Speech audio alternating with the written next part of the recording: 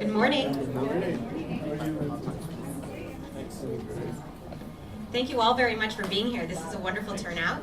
I'm Sarah Buxton. I'm the Director of Workforce Policy and Performance for the Department of Labor, and I support Dustin Degree, who is the Executive Director of this board, in helping you to perform all your statutory duties. So we're here today because the United States Department of Labor, the Employment Training Division, has very graciously granted us some technical assistance funds to be able to support some training for the board and helping us to really maximize your talents and your strengths and your opportunity to shape workforce policy here in the state.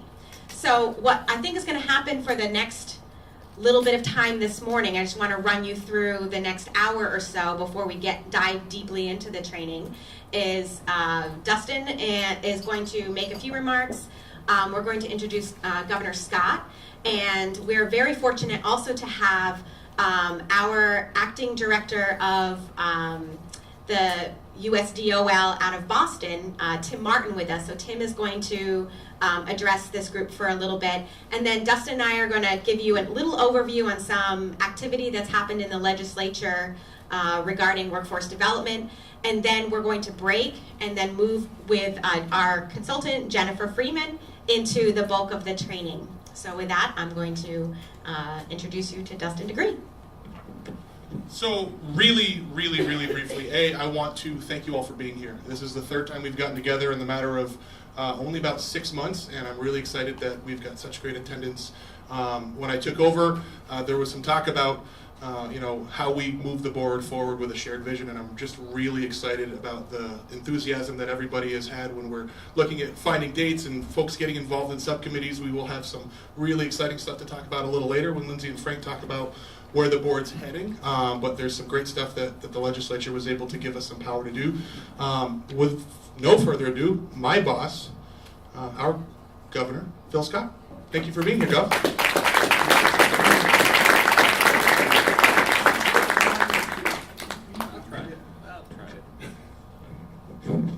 Does that work?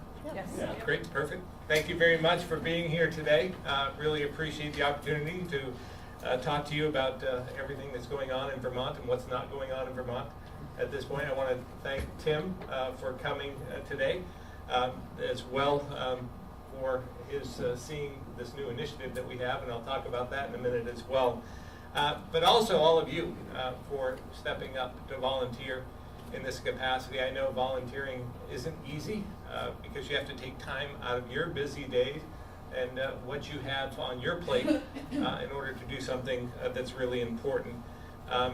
Because this is important. This is this is about our kids, our neighbors, and our future here in Vermont. And this is a great group. I mean, people from all walks of life that come together and add your perspective, add your point of view, which I think is so essential. So we've got decision makers here from companies around the state, from big manufacturers to small commercial companies. We've got important stakeholders as well, legislators, and a number of others from my team here that's important. So I'm glad this is a great group because the problem we're trying to address and trying to solve is great and vast as well. And I know you've heard me say it before, but we've lost nearly 16,000 workers from our workforce since 2009. That's the problem that we face.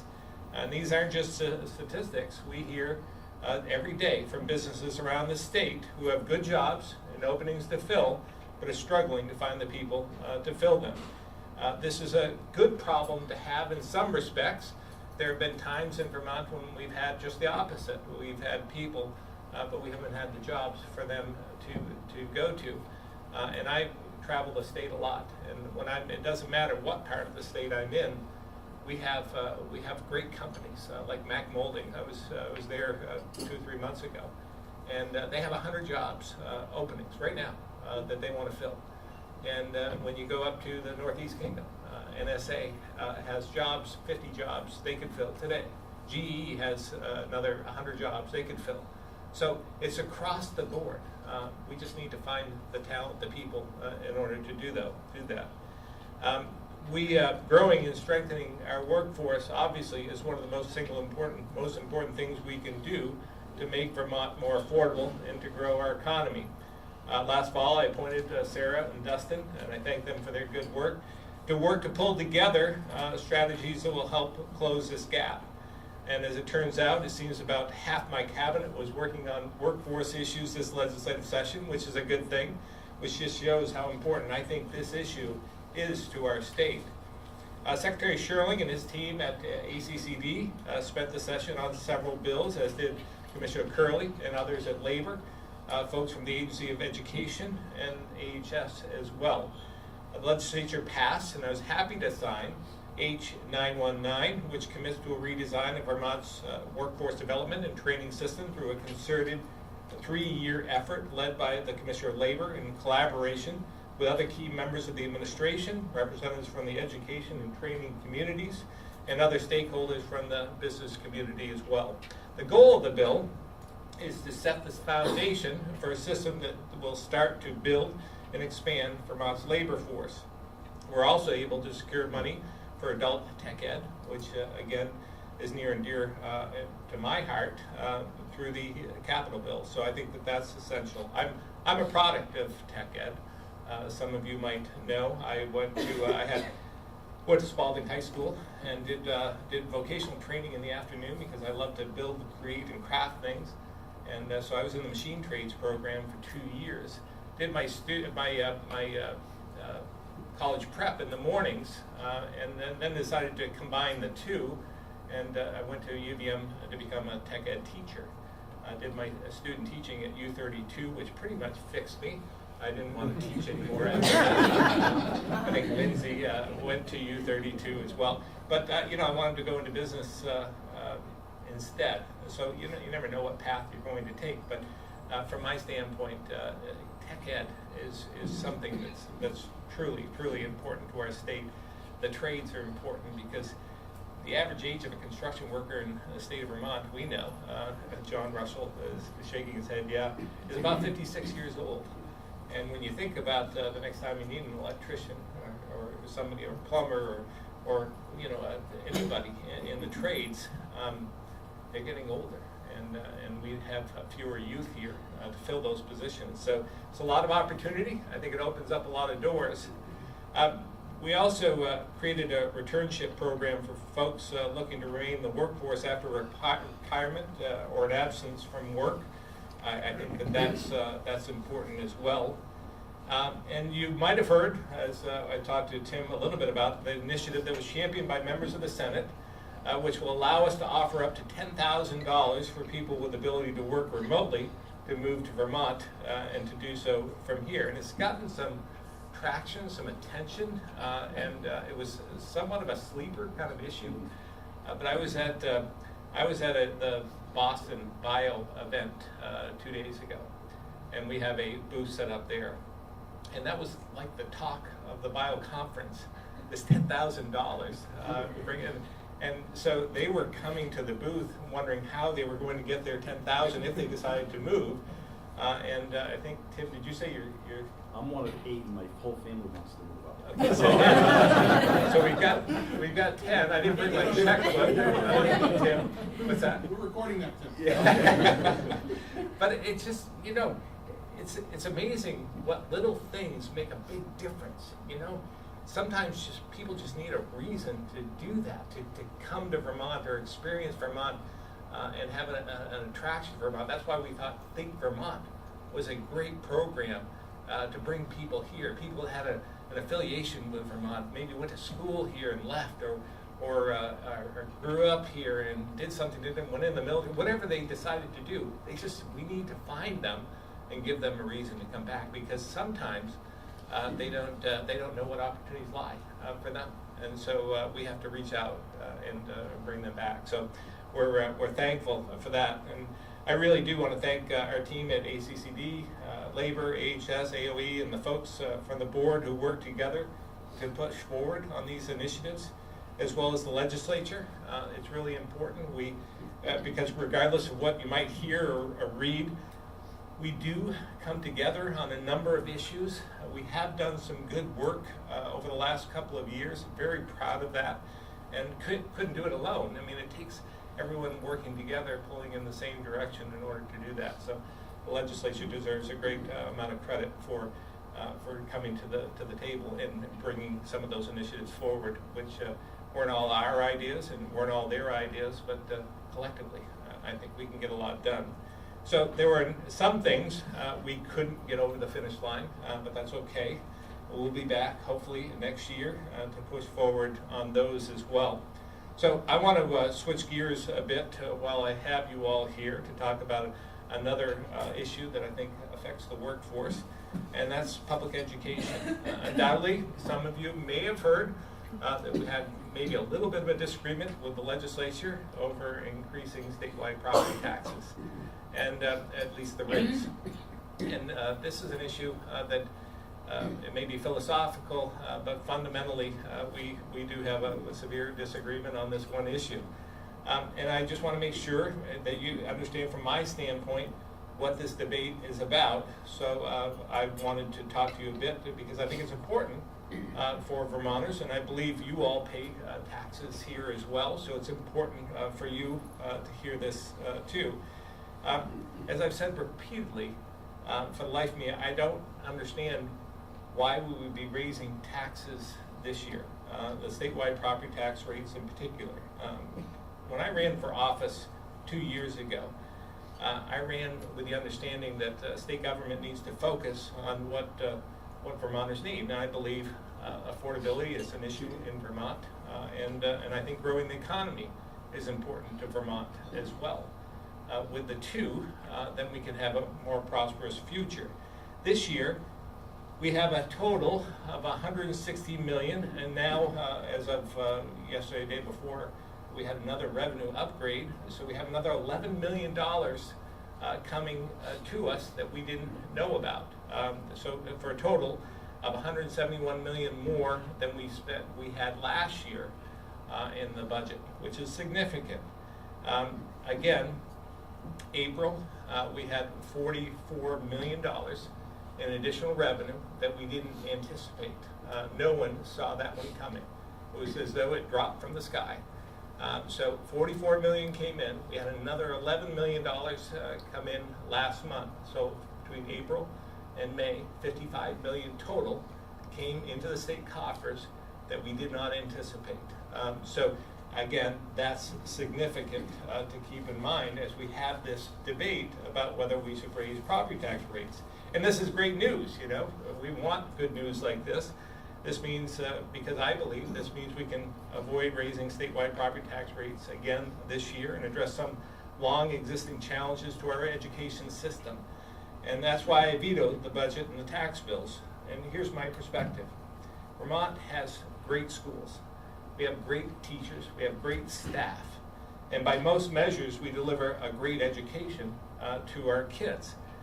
But we could have the very best education system in the country if we took what we spend today and did so in a different manner. And we talk about, when I talk about the incentive, the $10,000 incentive as a reason for some people wanting to come to Vermont, think about having the best education system in the country and being able to say that. That would be quite a draw, I think. That would bring the families in that we need here in Vermont and more kids, because today our education system is weakened by the decline in the working age population and an inefficient system that's diverting resources away from our kids. 20 years ago, and I use this a lot, but it's true, we were educating about 103,000 kids. I think back when I was at Spalding, we had a class well over 300. So today we're educating 76,000 kids, and almost I think it's actually went down further. I think it's 73,000 now. So almost 30,000 fewer students than we did 20 years ago. And that's the problem, because we're spending $1.7 billion to do so. The single largest expenditure in state government, $1.7 billion by far, state dollars, all state dollars. So in the same time period, our student to staff ratio has decreased from what was then 7 kids, because we had more students, more kids, from 7 kids for every 1 adult to now being about 4 to 1. So that ratio is the lowest in the nation. Meanwhile, our statewide property tax rates have increased virtually every single year, often faster than the growth of Vermonters' paychecks and their property values as well. And to be very clear, because this has been misconstrued, my focus isn't on cutting spending. It's just spending the money that we have in a far better way than we do today, so we can provide more opportunities for our kids and make our education, again, the very best in the country. Think of it this way. We have by far the largest per student investment in the country. We spend twice the national average on per student of any other of the national average. So our average is about 22,000, I think, per student. I think the national average is around 11,000. So we spend twice that amount of money. And we have a good graduation rate, but our student test scores are only about 2 percentage points higher than the national average. And only about half of our high school graduates go on to receive a technical or trade credential or earn a college degree. So we can do better in that regard. Outcomes and funding from school to school remain alarmingly unequal throughout our state. We have some schools that offer a wide range of foreign languages, environmental studies, cutting-edge science, technology, and engineering programs. And then we have other schools that don't offer any of this. So it's time that we have the courage to admit we can do much more for our kids, achieve better outcomes, and attract more families.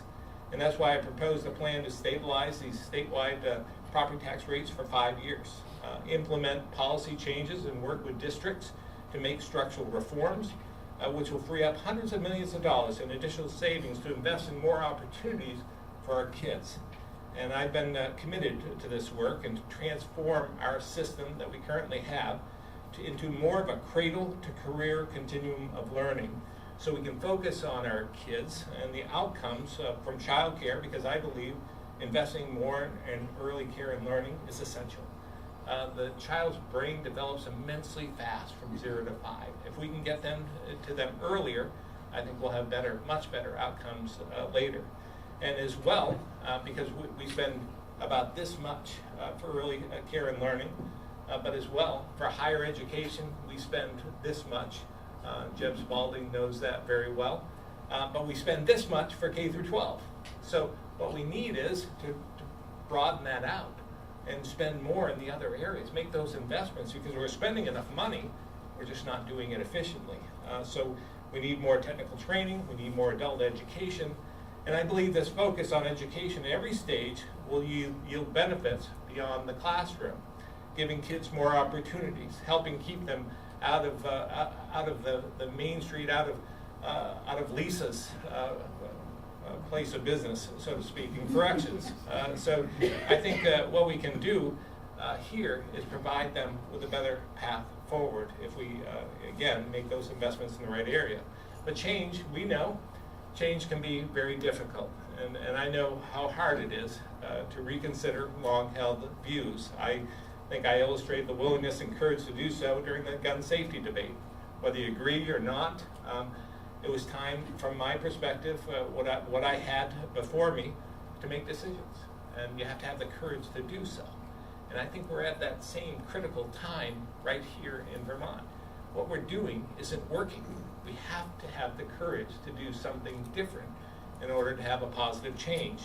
So if we have the courage to rethink the way we've always done things, we can break this cycle of constant increases in tax rates and reform a good system to make it the very best in the country. And I think, again, we're at the fork in the road, and we have an opportunity before us, and we just have to, again, step up and do what's right and make those decisions. So again, I thank you all for what you're doing for Vermont. I know it's not easy, but I look forward to working with each and every one of you, because I think we all have the same goal, to make Vermont a much better place to live, work, and play. So again, I thank you so much, and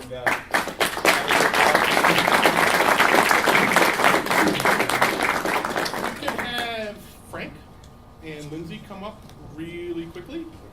We have a retirement of sorts that we just want to recognize. Not mine. And we just want to Not planning on one. have Lindsay and Frank take over for just a second. Great.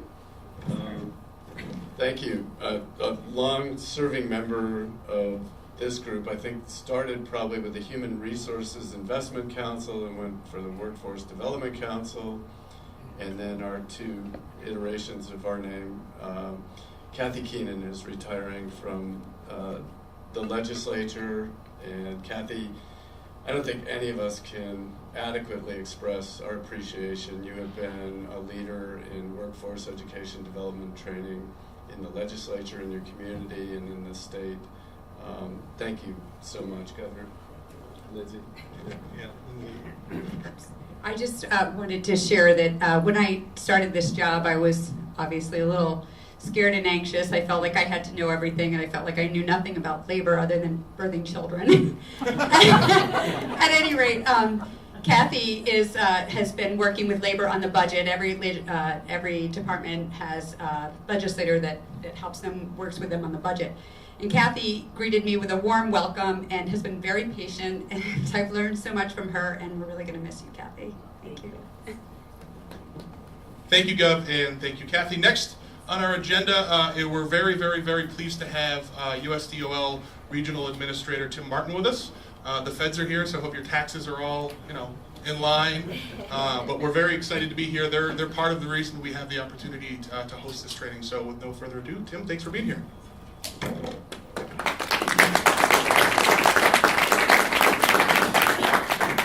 Thanks, Dustin. And thanks again for having me here. Again, my name's Tim Martin, and I'm the acting regional administrator, so this is temporary, the acting regional administrator for the U.S. Department of Labor, Employment and Training Administration's Boston Regional Office. And I was in southern Vermont last week, and I let those folks know that, anytime I can come to Vermont, I sincerely appreciate it. When I grew up in Pawtucket, Rhode Island, and I was telling the governor, I'm one of 8, but we used to spend, I swear to God, every single weekend, every school break, every summer vacation, my parents would load me and my 7 siblings up in our station wagon, along with the St. Bernard, and drive up to Mount Holly. And so I have my best memories of my childhood from being in, spending my summers and every weekend in Mount Holly. So I know that if you had some of these incentives when my father was alive, I would be a Vermonter probably right now. Now, before I get into my very brief comments, I did just wanted to first thank the governor for being here. I've been involved with the public workforce system for about 20-25 years, and I can tell you the single most important variable is having a leader, like someone in the governor's position or a mayor's position, someone sitting in that role as the chief elected official, involved and interested in the public workforce system. If you can get the governor involved and interested in the public workforce system, I guarantee you're 10 times more likely to have a responsive public workforce system, one that responds to employers' needs and workers' needs. So I think it's huge that the governor is here today, and I really appreciate it.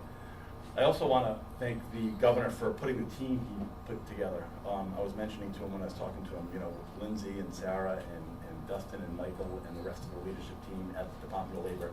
They really are second to none. You guys are in really good hands. Our region is 10 states, and it's from New England, New York, New Jersey, Puerto Rico, and the Virgin Islands. And I don't know how that happened, but that's our region.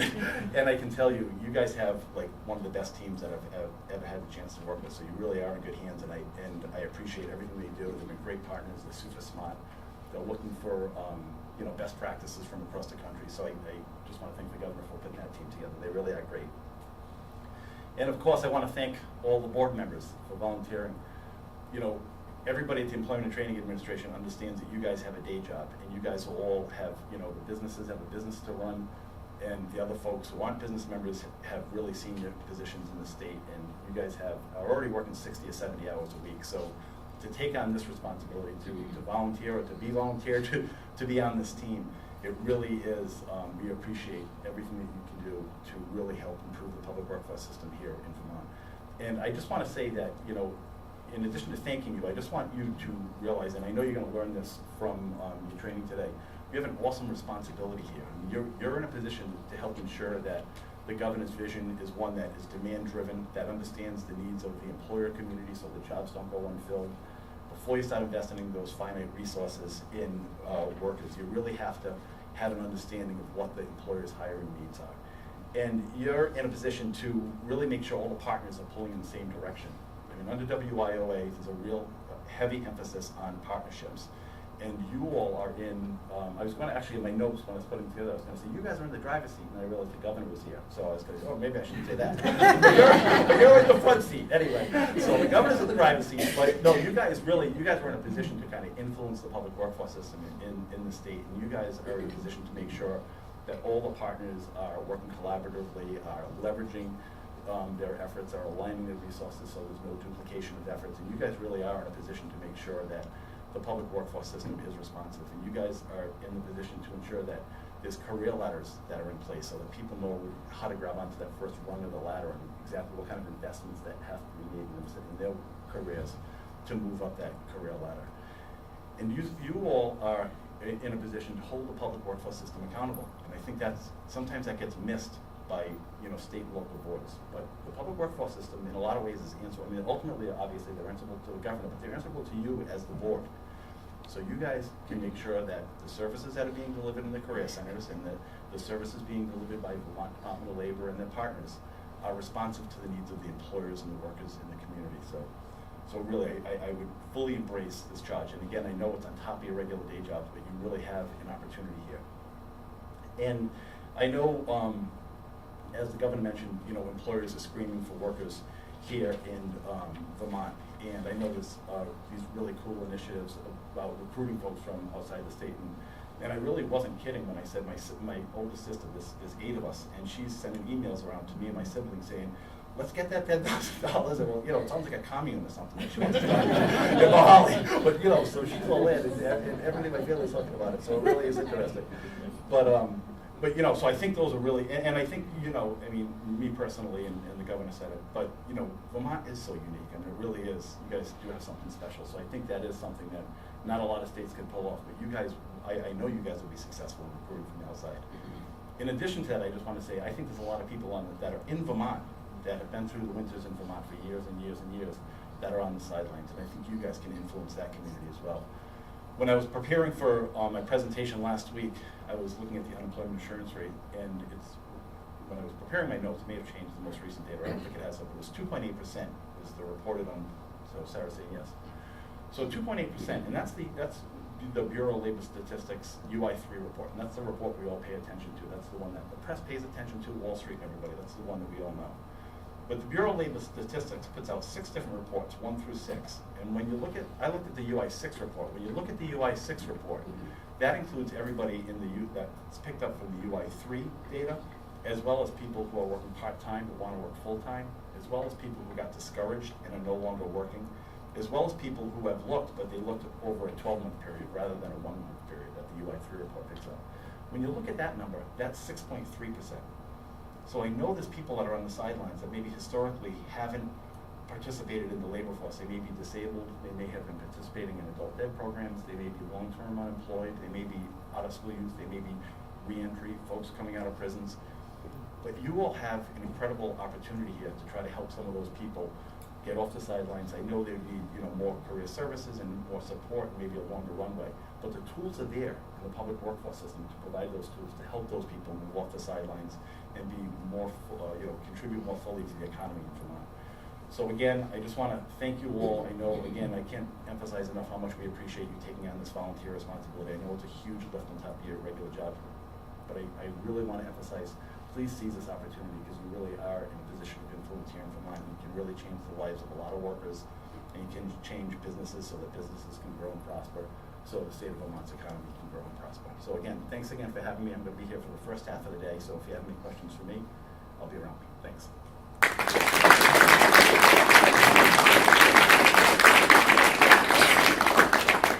Thank you, Tim. You and your family are welcome anytime. We have plenty of jobs. Are you spending the second half of the day at Realtor's office? Okay, so here's what I'm going to do for the next 20 minutes or so. I'm going to try to go a little bit fast because I'm really excited about some of the opportunity to dive in to what Jennifer's going to work with us on. And so let me try to move through this. I'm going to do two things in the next two slides. First, I want to introduce you or reintroduce you to the WIOA state plan and the Vermont goals and strategies. In your packets, you have a more extended version of this. So I think it's tucked in behind yeah, you're all finding it, okay. So the WIOA state plan, for those who don't know, in order for us to draw down federal dollars and to do a number of different things within not just the Department of Labor, but also Agency of Education and Agency of Human Services, Division for Vocational Rehabilitation, even in corrections and other agencies throughout the state, we need to have an agreed upon, approved state plan that addresses all of our coordination and collaboration around workforce needs. So in the past, so this came into effect in 2016. I think we've had state plans before that, but there's a little bit more riding on this state plan beginning in 2016. The state board is required to adopt the state plan, and then every 2 years you're required to modify the state plan to reflect the needs of the state and some of the changing policies, and in this case it was a change in administration and vision, etc. So let me just tell you what's happened in the past. The Department of Labor, along with our other core partners, Agency of Education and Division for Vocational Rehabilitation, along with some of you who are in this room who have volunteered to help us put together an array of goals and some strategies that are that you will see in front of you. And we've adopted these goals that largely reflect what we in state government think needs to happen. And in general, I think we can all agree they're good goals, they're great strategies, we're making progress on them. I want to show you, just bring to your attention what those goals are right now. But while I'm going through this, I want you to recognize today in this moment and this time in the board's maturity as the time when we're inviting you to begin to think a little bit more about what you, in your capacity as a stakeholder and your position in the board, what you really think the state's goals should be, because we want to start transitioning away from your state agencies coming to you and saying, here's what your goals are, because this is a 51% business-driven board, and it's intended to be that way. We want our workforce system to be reflective of what employers need here in this state. So I want to go through these goals and have you think a little bit more about what you need, whether this really aligns with your values and what you're seeing on the ground, both from a business and an agency perspective. Because while we've submitted our sort of midterm plan, which was due a few months ago, and we're still in the process of having approved, we're going to be starting this summer planning. You are going to be planning how we're going to come up with our 2020 state plan. And our 2020 state plan for workforce development is, as you'll see from H919 and other initiatives, we are going to try to make sure that it's also aligned with the state's CEDS, the Community Economic Comprehensive Economic Development strategies. There are regional ones, there is a state one that's also due in 2020. And what we're aiming for is you probably are all participating in a number of different strategic initiatives. We want them all to start moving in the same direction, and when possible, have the same priorities outlined at the top, have the same language, have the same measures. So with that, let me go through what right now our goals are, because that's what's driving our work. These are the things that we point to when we're applying for grants, when we're making some staffing decisions, and when we're prioritizing resources. So I'm only going to go through the top level goal component. You are, of course, welcome to look at the strategies as we go. And I want to try to do this in a way where I don't just read them, but that may be where we go. So the first goal is working on collaboration and working on coordination. One of the ways that we're doing that is through our work in creating Vermont's comprehensive one-stop system and one-stop centers. Currently, we have one-stop job center and comprehensive one-stop job center in Burlington. We are on a path to creating a second comprehensive one-stop center in Rutland. We're going to have a big roundtable on that on Monday. You are all invited to come to Rutland and to participate in that conversation. But this is one of the ways, among a myriad of others, that we're trying to begin to coordinate and align all of our services. This is the service delivery. The second is to connect individuals to training and supports they need to enter an occupation and progress on a career pathway that results in a livable wage. The key components in this goal are trying to touch on the value that we have here in the state, that ensuring that our resources are aimed toward individuals who are on their career pathway to helping them maintain a livable wage. This is challenging because some of our workforce, I'm highlighting some of the challenges here and things you might consider in the next few months. Some of the challenges we have are childcare providers, arguably don't really make a livable wage. Home health nurses and other personal care attendants don't really make a livable wage, and yet we have some retail workers, livable wage, cashiers. These are some of the highest demand, sometimes in hospitality. I think folks here could probably say that, you know, the wages are a real challenge, and it's not as though you can offer $20 an hour jobs, and yet you still need to fill those positions for our economy to run. So some of the things I think we'll be looking at is figuring out where is that balance with our priorities in dedicating resources along the career pathways that result in a livable wage. The third is focusing on data-driven strategies, but also focusing on the STEM fields.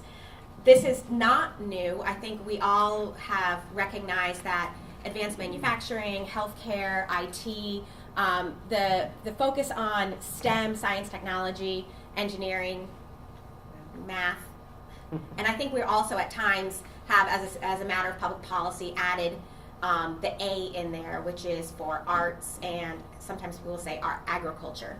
But the STEM pathway is, or the STEM field and the STEM priority is something that the board has traditionally focused on, and it's something that, you know, we also wrestle with when trying to figure out how to meet the broader needs in the community for workforce challenges.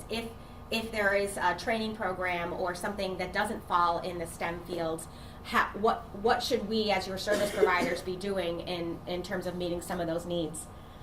The fourth is one of my favorites, ensuring that students who graduate from high school are able to pursue and complete post-secondary education, training, apprenticeships, etc., in order to keep us competitive in the global economy. So most of you should be familiar with the 70 by 2025 effort that VSAC is promoting, that many of you are probably a part of. That is a short-term campaign, if I'm characterizing this accurately, to really get us moving toward increasing the credential and college graduation rates of Vermonters. It's something that we haven't moved the needle on very far in the last decade or so, or even longer.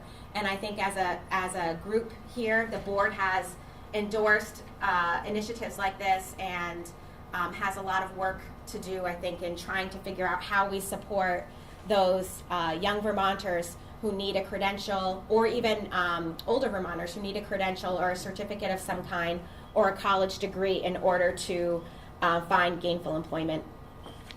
The fifth goal is ensuring that our workforce needs are really aligned not just with the job seekers' needs, but with the employer's needs. So this goal very largely is focusing some of our efforts on reaching the employer community and trying to figure out how we connect what your needs are with the services that we're providing, and expand the types of services that we're providing through our agencies and using our federal dollars to support you in your HR functions and your recruiting functions and all sorts of things. So I think this is one where we could probably use quite a few sessions in thinking through how we do that and whether our strategies are meeting the needs of employers. The sixth is a new goal that was added in this 2018 mid-session review. And this is the one that speaks to the priority of Governor Scott, and I think of all of us, in terms of expanding the labor force. In addition to all this work we're doing in strengthening the workforce, expanding the labor force is something that I think we all can agree is an aim that we all share. So I'll pause there. Any comments, thoughts, reflections? All right, so the next steps with regard to the state workforce plan, again, are going to be thinking through how we go through a more inclusive, comprehensive process in establishing the 2020 plan and trying to figure out where you and your roles as members of this board and as members of your own sort of stakeholder communities can help us make sure we're aligning with goals and priorities and strategies, et cetera, with the SEDS and other types of planning processes around the state. Okay, so I'm going to briefly go through some of the highlights of the most recently passed and signed piece of legislation. It was H919. It was the Comprehensive Workforce Development legislation this year. It did a lot for the board. It really empowered the board. I think the legislature appreciates, and not just appreciates, but certainly is supportive of this many-membered stakeholder board making and driving some of the decisions here of the state.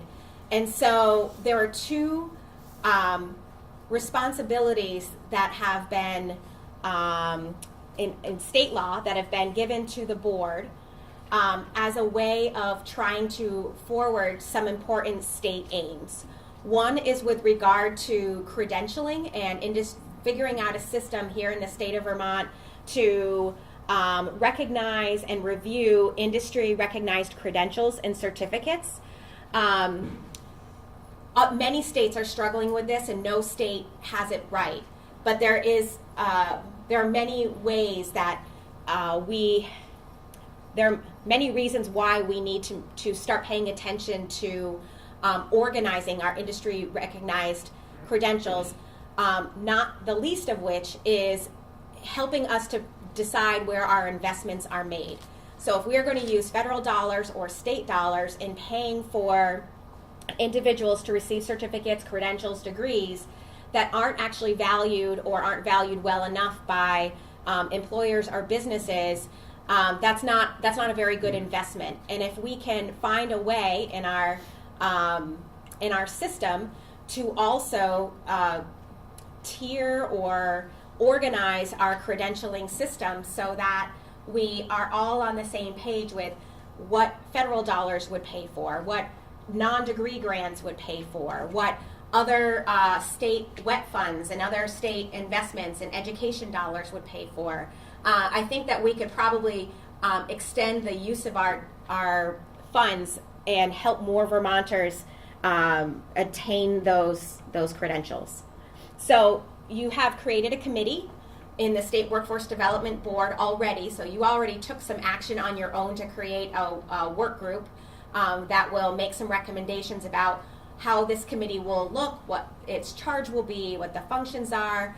You'll hear a little bit later probably an update on how when that committee work is going to take place and how that's going to unfold. But the legislature has said we're going to let the State Workforce Development Board, not just let, we're going to charge the State Workforce Development Board with continuing along this work, and we'll be checking in with you next winter and seeing what progress you've made and what needs you have for the state. The other is creating a responsibility for the board to ensure that all these investments in training and education are aligned with career pathways. The Agency of Education in the state of Vermont has the responsibility and has taken the lead with their career pathways coordinator and with a lot of their own internal initiatives and starting the work in developing career pathways in the state. WIOA charges the state board, as you'll see, and we'll talk a little bit more about later, with really defining and supporting the creation of those career pathways, again, with the intention of making sure that training leads to real employment opportunities that businesses have available now and not just something that's theoretical. It also helps us, again, to make sure that we are prioritizing in the occupation and the industries and the sectors that that we know that we need, that is demonstrated by labor information. I don't think this is on here, but I also want to just address that there are a few other things that 919 asks the board to do. It asks you to take a look at the way that we deliver adult training here in the state. It's a very broad charge, and I'm assuming you may have a small subcommittee that will take a look at this. But at least I think the legislature wants to start the conversation going with our support. The Department of Labor certainly supported this initiative and saying, let's take a look at how adult training is delivered here in the state, what the interaction is with CTEs, with private providers of adult training, and see if we can begin to focus some attention on where those gaps are and begin to meet those needs. Maybe you'll come up with some recommendations about how the state makes some investments in subsequent legislative sessions. You may make some recommendations along with the Agency of Education in staffing levels at CTE centers and how those should be funded. The other thing that you are asked to do is to take a look at the way that workforce issues are addressed at the local level. You probably all, if you aren't already serving on a local board, you've been asked to be part of either a WIB, a Chamber of Commerce, a CTE advisory board, any other number of advisory planning function at the local level. And what the legislature would like this board to do is to take a look at how that's working around the state and how some counties or communities or regions are able to really either do things well and blend all those functions together and leverage employer engagement with student outcomes and outcomes for Vermonters and delivery of service, and how in other parts of the state maybe that's not happening, and see if you can make some recommendations about what a good distribution of responsibilities might look like at the local level. All of these charges are fairly open, and I think just a means of starting to have some conversations and start to dig in to how workforce is being addressed at the state and local level. And it asks you to really be the leaders in making some of those recommendations, or at least sharing some of those observations from a little bit more of not impartial, because this is all important to all of us, but just from a little bit more of a disconnected perspective. So I want to just check in with Jess Gingras to see, did I miss anything that was big from 919? Other than the new programs, I think this captures pretty much Okay. the charges. That's right. So the new program, right, was the returnship program that the Department of Labor is going to launch probably later this summer, and we're going to work with the Associates for Training and Development, A4TD. If you aren't familiar, Pat Elmer is a member of this board. They have some experience with returnships and opportunities like this, so we're going to work with them to try to start a program, check in with folks around the room, make sure that the way that we're setting up a returnship program is meeting the needs of employers and of the individuals, the service providers in the room are serving. So you'll hear more about that. Any questions? Yes. I was just going to mention that Ellen Kaler is here, but there is a strategic 3-year plan and public engagement process that she could probably speak to better than Yes. either of us, but that Yes. the board will be participating in as Excuse me. well.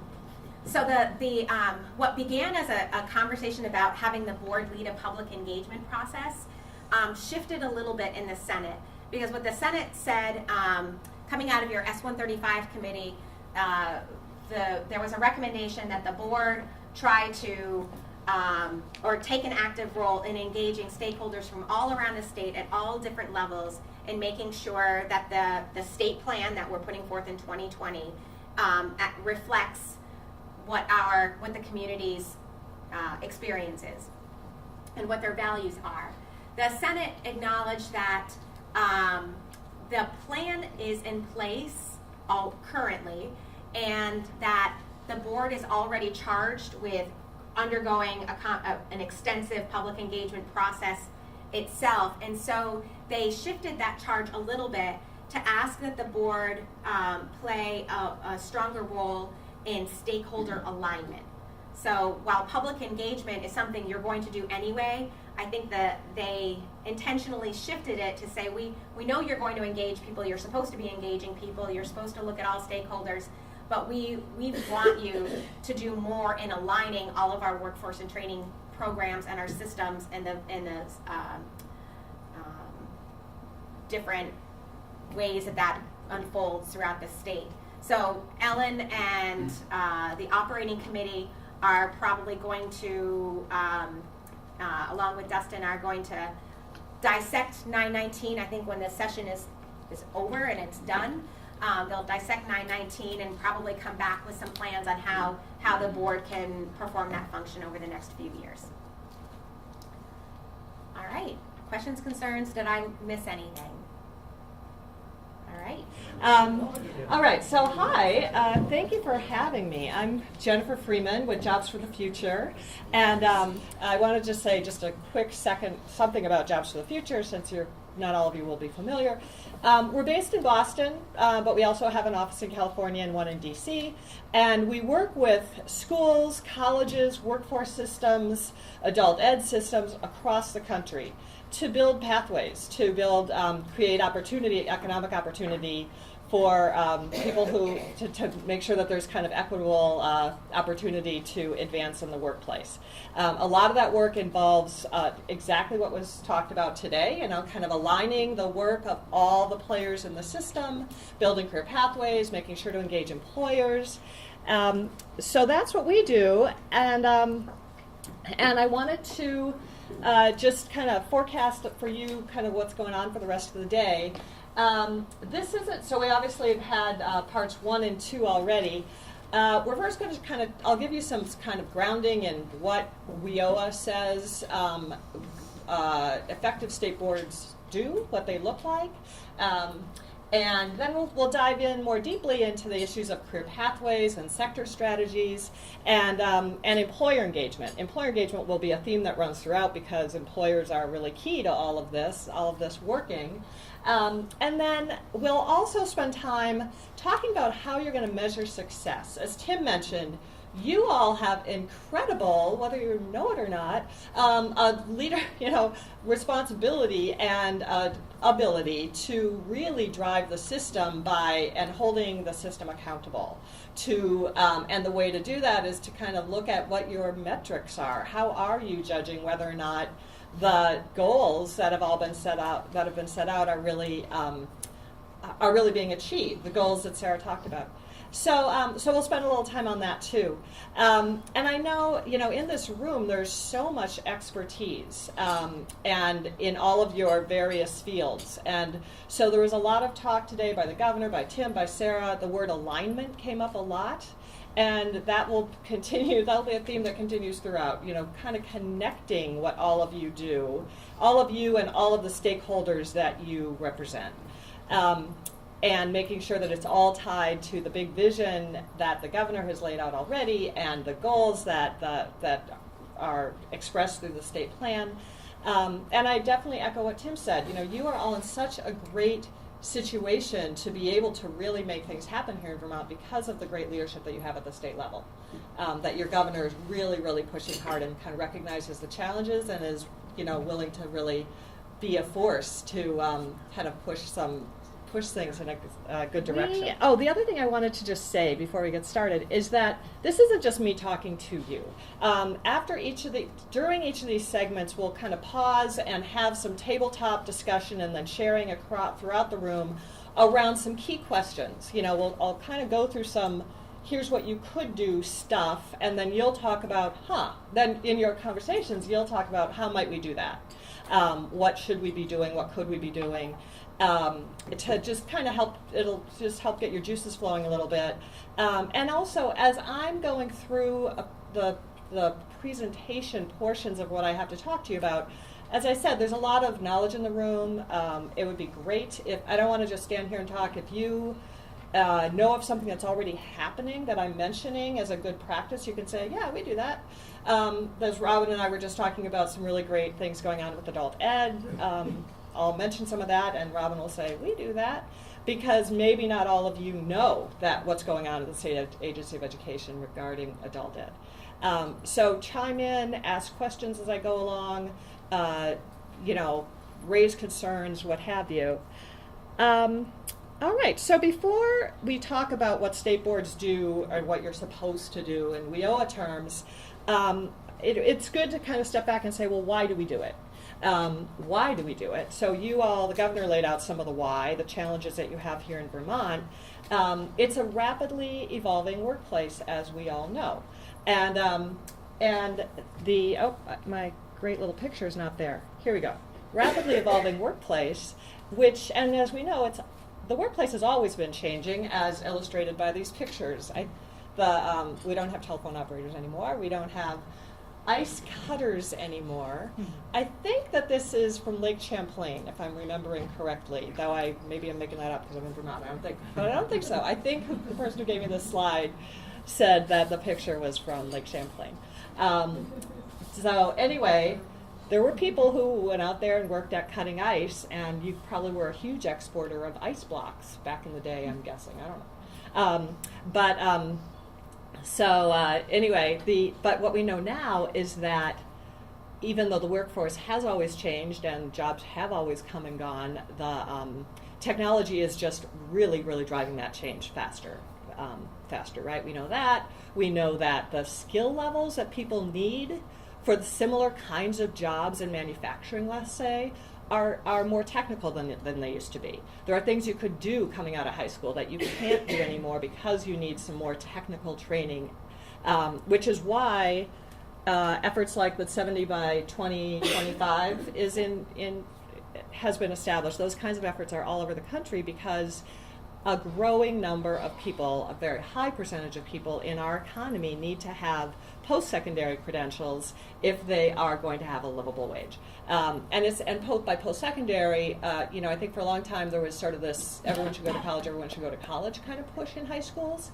And college people then translating that into everyone needs a 4-year degree. Not necessarily, but everyone needs a post-secondary something. Credentials that are offered by community colleges, certainly degrees are important, but there's a whole pathway of things, and we'll talk about that, whole pathway of post-secondary options that it's important for youth to understand, and those of you involved in CTE and in high school programs are trying to make sure that that word is known, that understanding is out there.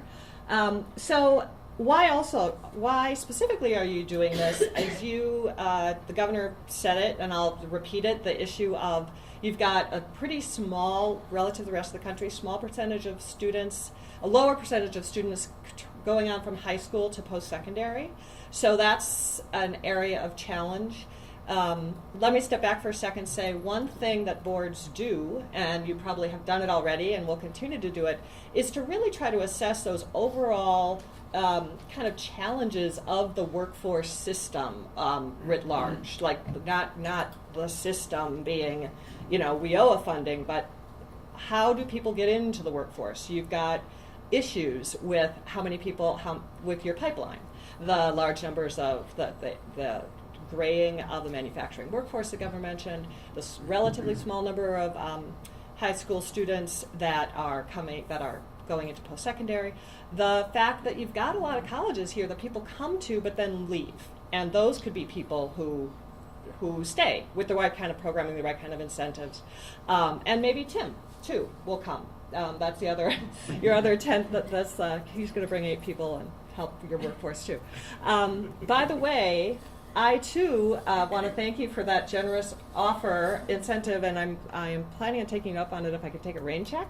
Are you like for the future when my son graduates from high school? Anyway. What's It that? doesn't start till 2019 anyway. Oh, well, okay. I'll keep that in mind. Anyway, so you all, I'm not going to kind of go through your data, but those are just a couple of the highlights that you probably all know very well. And if you don't, that'll be part of what you do in future board meetings is sort of assess where we are. What I want to point out to you is that you don't need to necessarily establish new goals because there are a lot of your friends and colleagues have We're standing in front of the. There you go. there. A lot of your friends and colleagues have done that for you.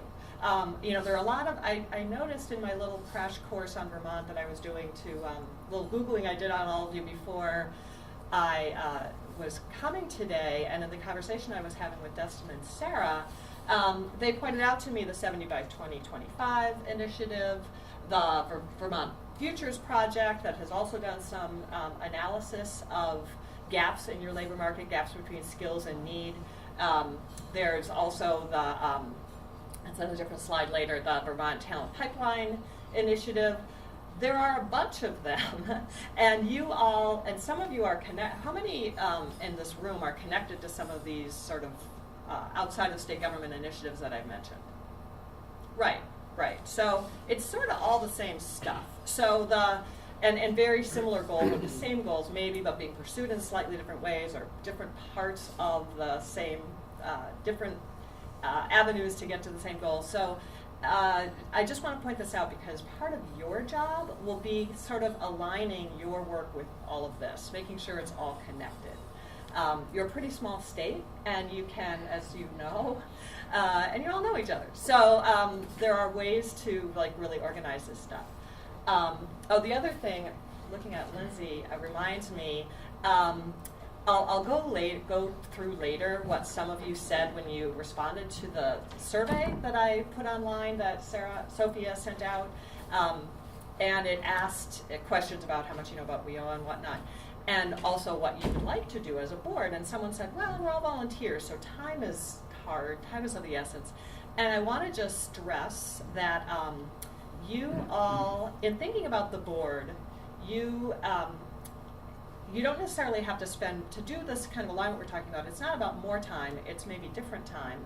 And it's also remembering that you are both members of this board and also that you represent constituencies as you come here. And when you go back to your day jobs, so to speak, you should be thinking about, and I'm sure many of you are, but if at this board you're kind of thinking about how Vermont's workforce strategies work in total and how they're all aligned and what the message is to try to make that happen, that's the stuff that you bring back to your day jobs too. Linking what you do in your day jobs to what the board lays out is just a really important thing to be thinking about. But also, someone was saying this earlier at the break, the other thing that being a board member requires of you is kind of elevating yourself above your day job. It's not, maybe some of you are even competing for funding for some of the WIOA funds or what have you. Many of you are state agencies that are overseen by the board, or that are accountable to the board. And it's sort of like you put on a different hat to kind of think about what's about the greater good, so to speak. What are you doing as a group for all of Vermont? So you have to sort of be able to take a hat off and put your hat back on again in a different way to behave as the board. I wanted to mention too, as I go along, I've done a lot of work with other states, other cities, a lot of research into how other states do this kind of stuff, which we'll talk about what I mean by this kind of stuff, various career pathway initiatives and things, incentives that have been created to ensure that everyone's aligned. And I will throw in examples here and there, and we'll get into some more specifics later. But if you ever have questions for me about, like, well, where does that happen? Who does that? Just feel free to ask. And if I don't know off the top of my head, I'll be able to get some information to you later. All right, so now let's spend a couple minutes on WIOA. WIOA is, what to say about WIOA? What I don't want to do is get into all the, kind of narrow details of this, the workforce system. Some people think about WIOA as the workforce system, the particular formula funds, the particular core partners. We're not going to get into all that stuff. Many of you know it, perhaps some don't, but for those who don't, I'm sure Sarah will provide a little tutorial. What I want to do is talk about the board's role and kind of looking at WIOA, seeing WIOA as a tool to do this kind of strategic alignment and to meet these broad goals. The thing to really notice or think about with this, with WIOA is that when you think about the workforce system, it is useful to not think only about the public workforce system. It's not just one-stops, or here you call them career resource centers. It's not just the comprehensive one-stop career centers that you're overseeing. It's not just the work of the Department of Labor.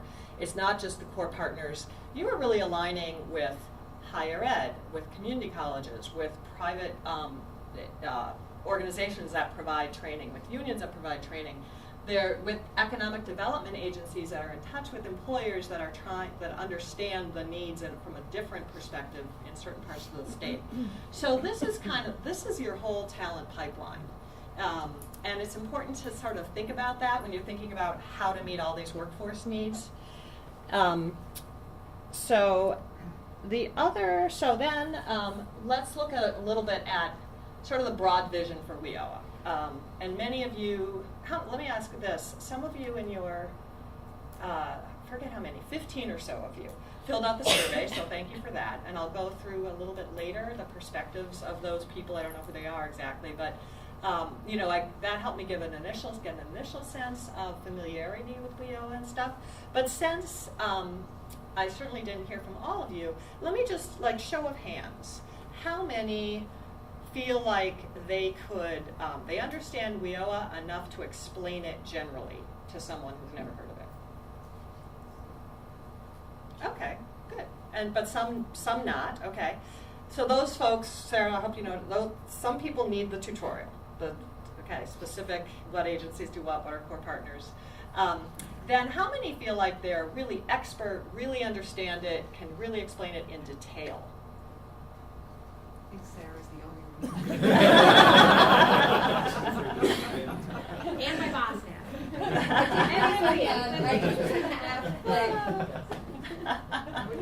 Well, you know what? I did have to Google WIOA when I started. Right. So did I.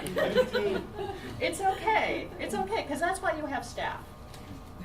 You don't all have to know it in detail. You need to understand it in broad strokes and need to, at a high level, kind of understand what it means to what a workforce system looks like and how it can be driven by through some strategic work and vision, articulating of a vision.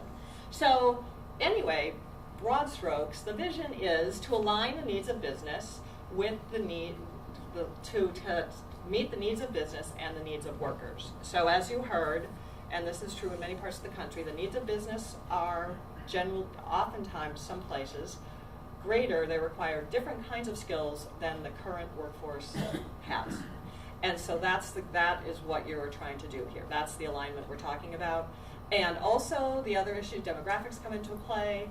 There simply aren't enough workers. And I really echo what Tim talked about and Sarah talked about, that it's not just bringing people in from out of state, which is a fine idea, but it's also recognizing that you have people in state who are a little bit on the sidelines. And so those are the folks who, kind of with some strategic efforts to reach out to them you can have them be part of the solution to business challenges that you are facing. So the other thing is one-stop career centers. You are charged with overseeing them, or the Department of Labor is charged with overseeing them. You need to make sure they're accountable. They need to be really customer friendly, and you can play a role in ensuring that they're doing what they need to do to, in their localities, meet the needs of people seeking employment and meet the needs of businesses seeking workers. And then, in general, the goal of all this is that the workforce system supports strong regional economies. So what does it mean for you as the board? Oh, wait, sorry. I forgot about this page. Okay, so there are some key concepts for WIOA. Career pathways, which we've heard about, is a critical concept. It's kind of the framework to think about to help people come in and go out. Come in, get some training, and go out into employment. So WIOA really stresses that. It really stresses work-based training, like apprenticeships, but not only apprenticeships. Work-based training, begins with everything from internships to some kind of short-term, kind of on-the-job training to something longer-term, like a deep, involved apprenticeship. But it's really been proven that there are the outcomes for work-based training programs in terms of people sticking with the training and getting a job afterward are fantastic. So I would really, as opposed to something more sequential where you get trained and then you go to work. So I would really encourage you to sort of build work-based training into the models that you promote. It stresses connections to post-secondary for obvious reasons. As we were saying, everyone needs a post-secondary credential these days. And it also has metrics, performance measures that recognize that what happens with the individuals who are funded through particular training funds that are available through the system, the performance measures for those allow for that longer-term training time frame. So you as the board, it kind of comes down to sort of these three things. You are the broad planner. As Sarah said, so far staff kind of write goals and come to you and say, what do you think? And you're like, yeah, okay, that looks okay. And then that's the end of that. But the idea here is to have you all looking at the data, but adding to it your understanding of what's going on in your regions, what's happening in your manufacturing shop, if there are any employers here in manufacturing, to throw out an example, and what's happening among your neighbors, among your associations in your communities. All of that information kind of goes into your understanding of the system. You then initiate policy and communication efforts. As we were saying before, you can communicate a vision, and you all work together to figure out what that vision is. And then there's a really important convening function. All of this alignment we're talking about, which is coordination of all of the parts of the system, all those efforts that I mentioned before, 70-25, etc. You as a board can kind of do the convening so that everyone in your state gets on the same page. Yes? Can I just offer, as you look at your three roles, it was really helpful to us, your staff, if you begin to think about what you need as we continue through this to be able to perform that function as a system planner, as an initiator, and as a convener. And so as you begin to think, depending on your level of engagement already with the system, you may need different things from the Department of Labor, from both rehab, from AOE, from your actual staff, Justin, me, and Sophia. So please begin to think of that, and I hope that we're going to have some dialogue outside of today even about what that means for you, so that we can begin to prepare to help you be successful. Anyone have any thought on that right now? What do you all need to do this? Do you feel well situated at this point to play these roles? How many of you say, yes, we're in a good place to do this? Okay. Do you mean yeah. play these roles as a board or as individuals doing different things and member of the board? Well, as a board, and then, but it ties to what you individually do, but as a board. So I'm thinking, and I'm gonna guess, if I were sitting in your shoes and I wasn't You telling understand me what to exactly do, what I mean. I would think that you would probably want to know more information about, labor information, and think about, how at some point are we gonna create a process for us to tell you the types of data that you wanna be seeing regularly, and you wanna have some conversations around analysis in order to make sure that the state and regional visions are aligned. Would you need to have some better understanding of how funding opportunities are made available in public and private sectors, and how that works? Some of you are intimately familiar with that because we're working together on those. But I'm guessing that some of that work you'll have questions for us, and I just want you to start demanding some of that from us so that we can support you in being successful. And I know that you have a plan that you talked about last time for committees. Am I correct, right about that? So, at a staff level, some of this happens at a staff level that allows you to make decisions that do this. So as Sarah said, you in terms of system planner, you spend some time looking at that labor market data that staff have assembled for you. Then there are the funding opportunities example. Let's say policies. There's some research. Perhaps staff have done some research on policies that occur in other states that you think make sense here, that they think make sense here, and might bring that to you as a possibility. But you yourselves, as you get more involved and learn more, are going to be learning about what they do in Tennessee. We'll talk later about sector let's say you want to pursue a sector strategy approach that they're doing in New Hampshire, which we'll talk about in a little while. That's the kind of thing that you might have an idea about. Hey, why we should do this, and then the staff says, okay, we have some ideas about what funding sources might be available to do that. So, does that help? That's Yes, beginning of, no. yeah. We'll keep going. It's not immediately obvious, and what we're not going to do is get into the operational details about exactly who, what, when, where. To clarify, if I answered that, me as an individual and what I do, I feel very good about all those things, and if I need information, I'm already working with Sarah. But if I put my hat on as a member of the board, I don't think the board as a whole would answer that same way. I think it's more of how do we get, first of all, does everyone need to have the same amount of knowledge? But how do we share the knowledge among the board so that everyone would say, oh yeah, I know how to do all that. Yeah, right. That's part of what you need to figure out. And tell me your role again. I'm a CTE director in Newport. Right. So And board member. you can lead policy and communication efforts in terms of CTE.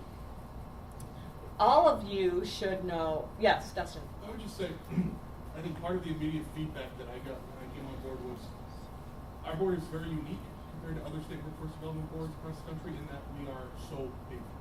We have a 55-member board. Most boards are much smaller. So I would think that the feedback that I got originally was that most board members don't feel comfortable there.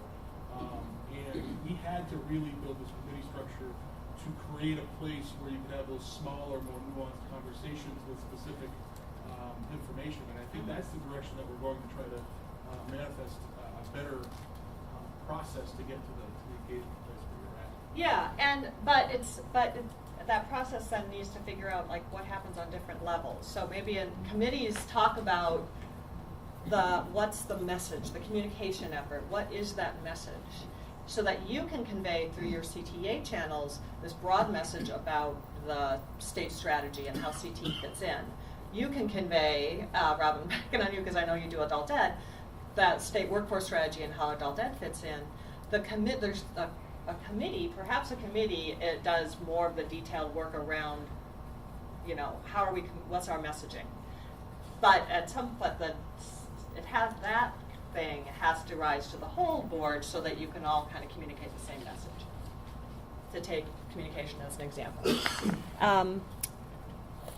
But this is not easy stuff, and I know that Dustin and Sarah, there's like I said, there's operational things to do to make this work, but making sure, you know, I asked Robin beforehand what, she was mentioning some really great things related to adult ed, an integrated training program, and I said, oh, do people know about that? And she said, well, probably not.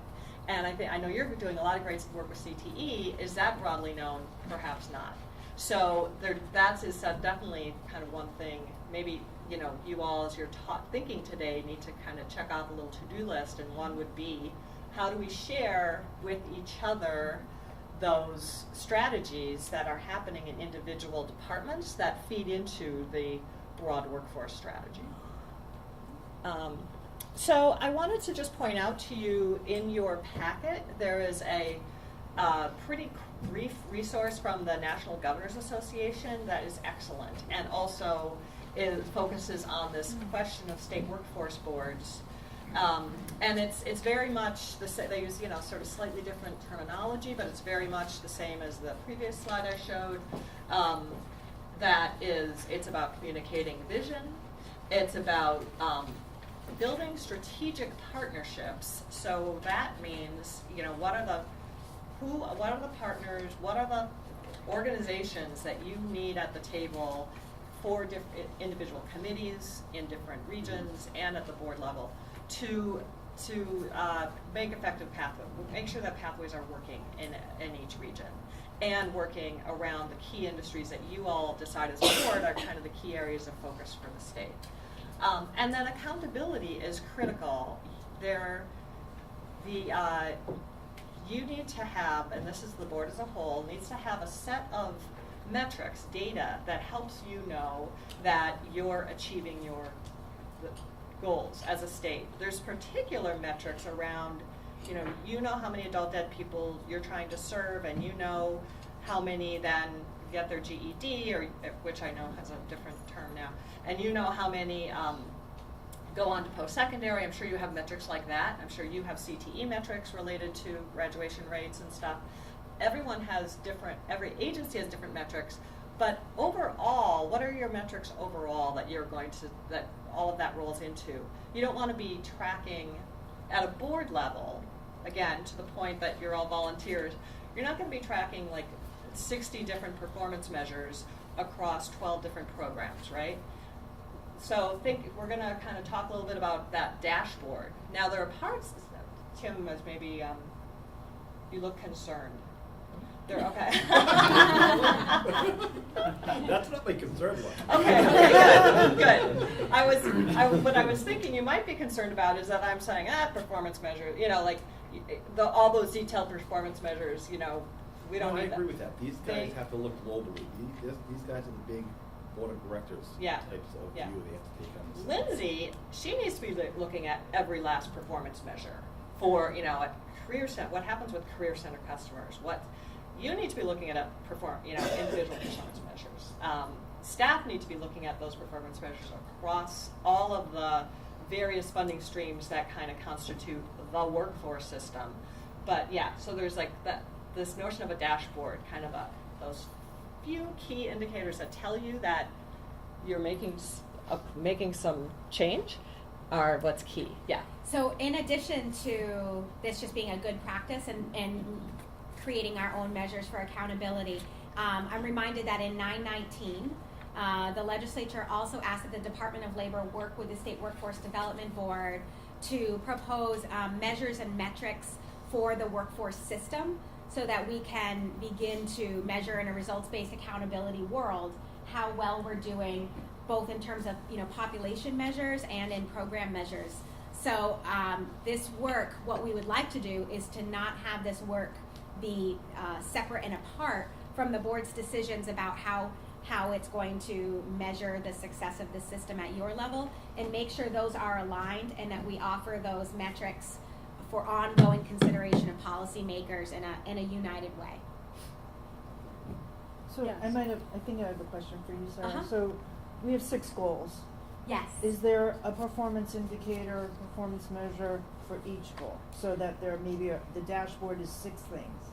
And those are the 6 things that the board needs to track. Sure. So Tim, if you could just, for a second. Those 6 things we report on in a rather narrative. We have been reporting on the last 2 years in a narrative way. How are we doing with meeting those strategies and those goals? And we're pointing to some of the advances in the strategic pieces. There aren't set measurements so much. I mean, we're reporting, but there aren't set measurements to say whether or not we've done it well, like qualitatively, and even quantitatively. We're just saying we typically are saying we've hit this step, or we're intending to meet this next step in trying to advance this goal and practice this strategy.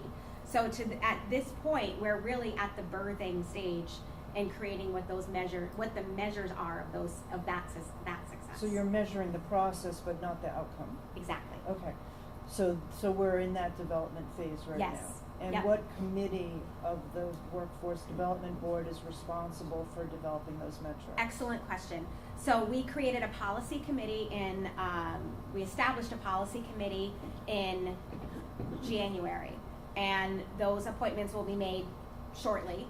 And I'm expecting that the policy committee would be the ones to begin making those measures. We could. We sort of talked about, Dustin and I had, when we were making some recommendations for that appointment, we thought about maybe the policy committee even deciding to expand its scope and being the policy and performance committee. Or maybe you say the policy committee says we need our own performance committee that's going to measure how well we're doing, or how well the state's doing, or any of our individual programs are doing.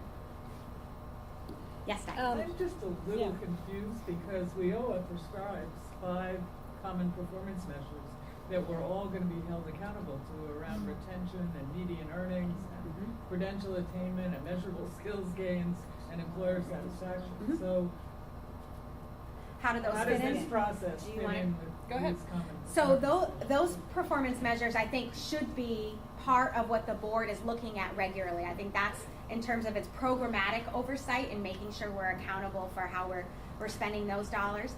In addition, as a system, we could choose to look at other measures, and some of them might have to do with credential attainment and higher education. They might have to do with that we, as a board, you set a goal that we want to have 5 developed career pathways in the next 18 months. And you ask all of us to work together to map out how those career pathways interact with all of our areas of expertise. So I think it should be both. We need to be able to offer to you, the board, some oversight and some exposure to those 5 measures that all of our core programs have to report on. But in addition, the system itself, as a system, we can and should be creating some more measures. Here's another one for an example. Let's say you decide one of your priorities is trying to promote initiatives or efforts that increase the number of high school students that move on to seeking a post-secondary credential. So that transfer into post-secondary among your high school graduates, that could be one of the board metrics to look at, to say, okay, we're not, now, yes, you don't have, you're from the Division of Rehab, you don't have any control over that, but someone here is from the Agency on Education, and they can report, and you as a board can, and the committee looking at that policy, you can design policies that are programs that help the Agency on Education ensure that more people do pass on to post-secondary, and then the board should be looking at that. Another one I might just offer, because it's one that I think we're advancing anyway as a state, is expanding the number of apprenticeship opportunities and the number of registered apprenticeships in the state. So we're doing this collaboratively. We've got, high tech has been sort of first out of the gate and really doing a lot of work with expanding our apprenticeships.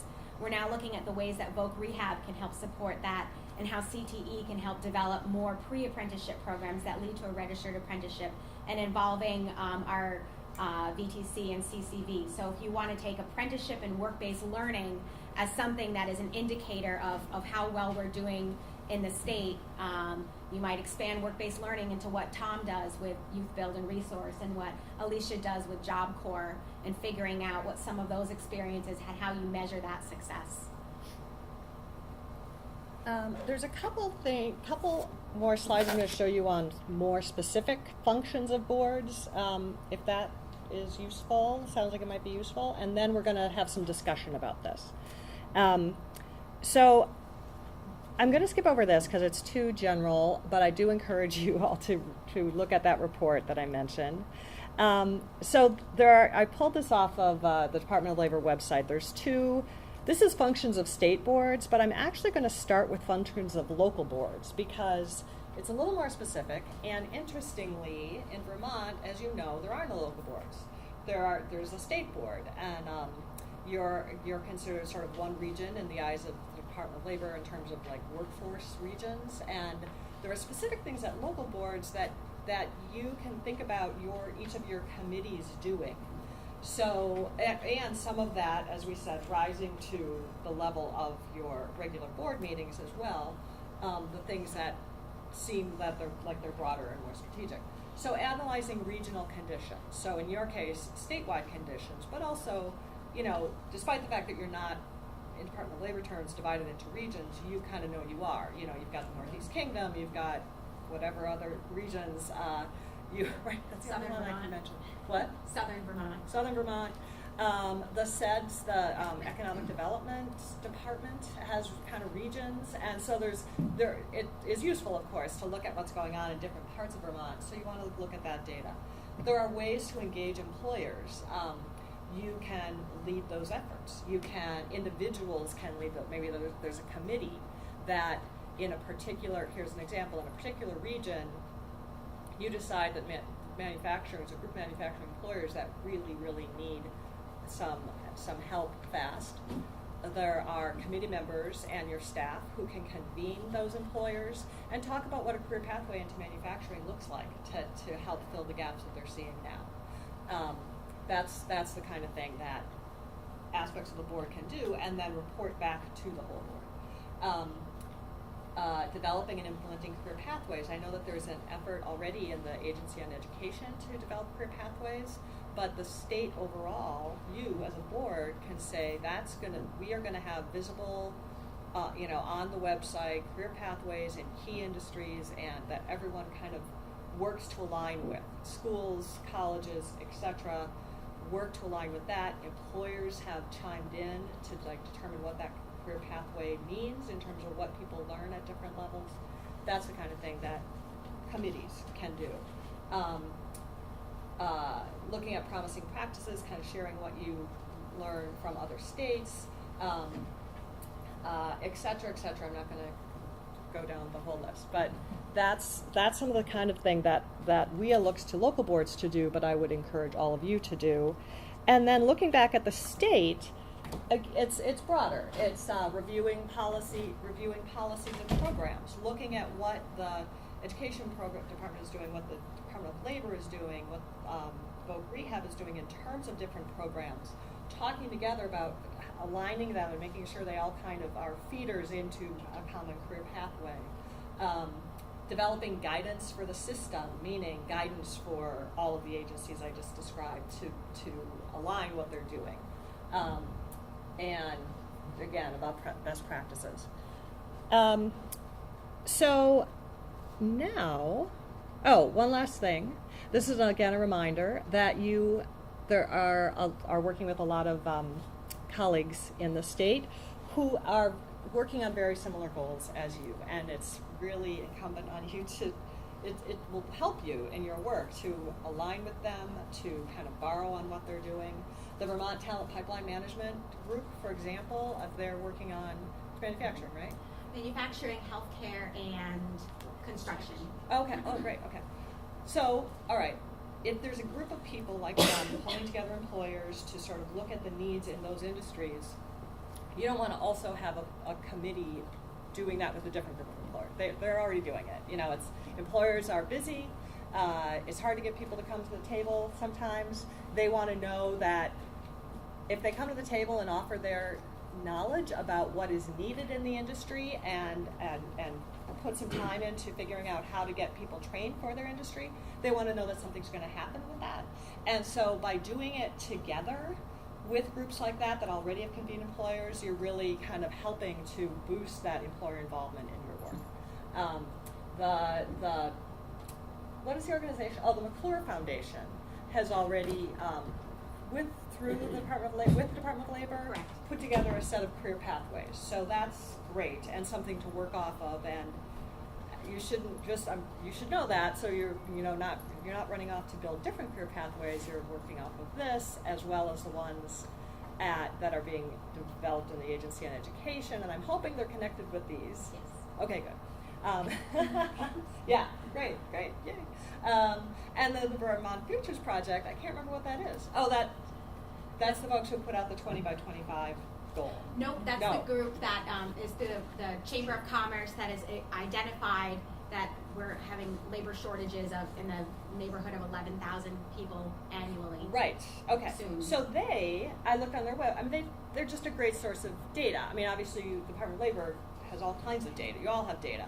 But again, they've put data together in a kind of digestible form in a way that kind of supports a certain narrative around how training needs to happen.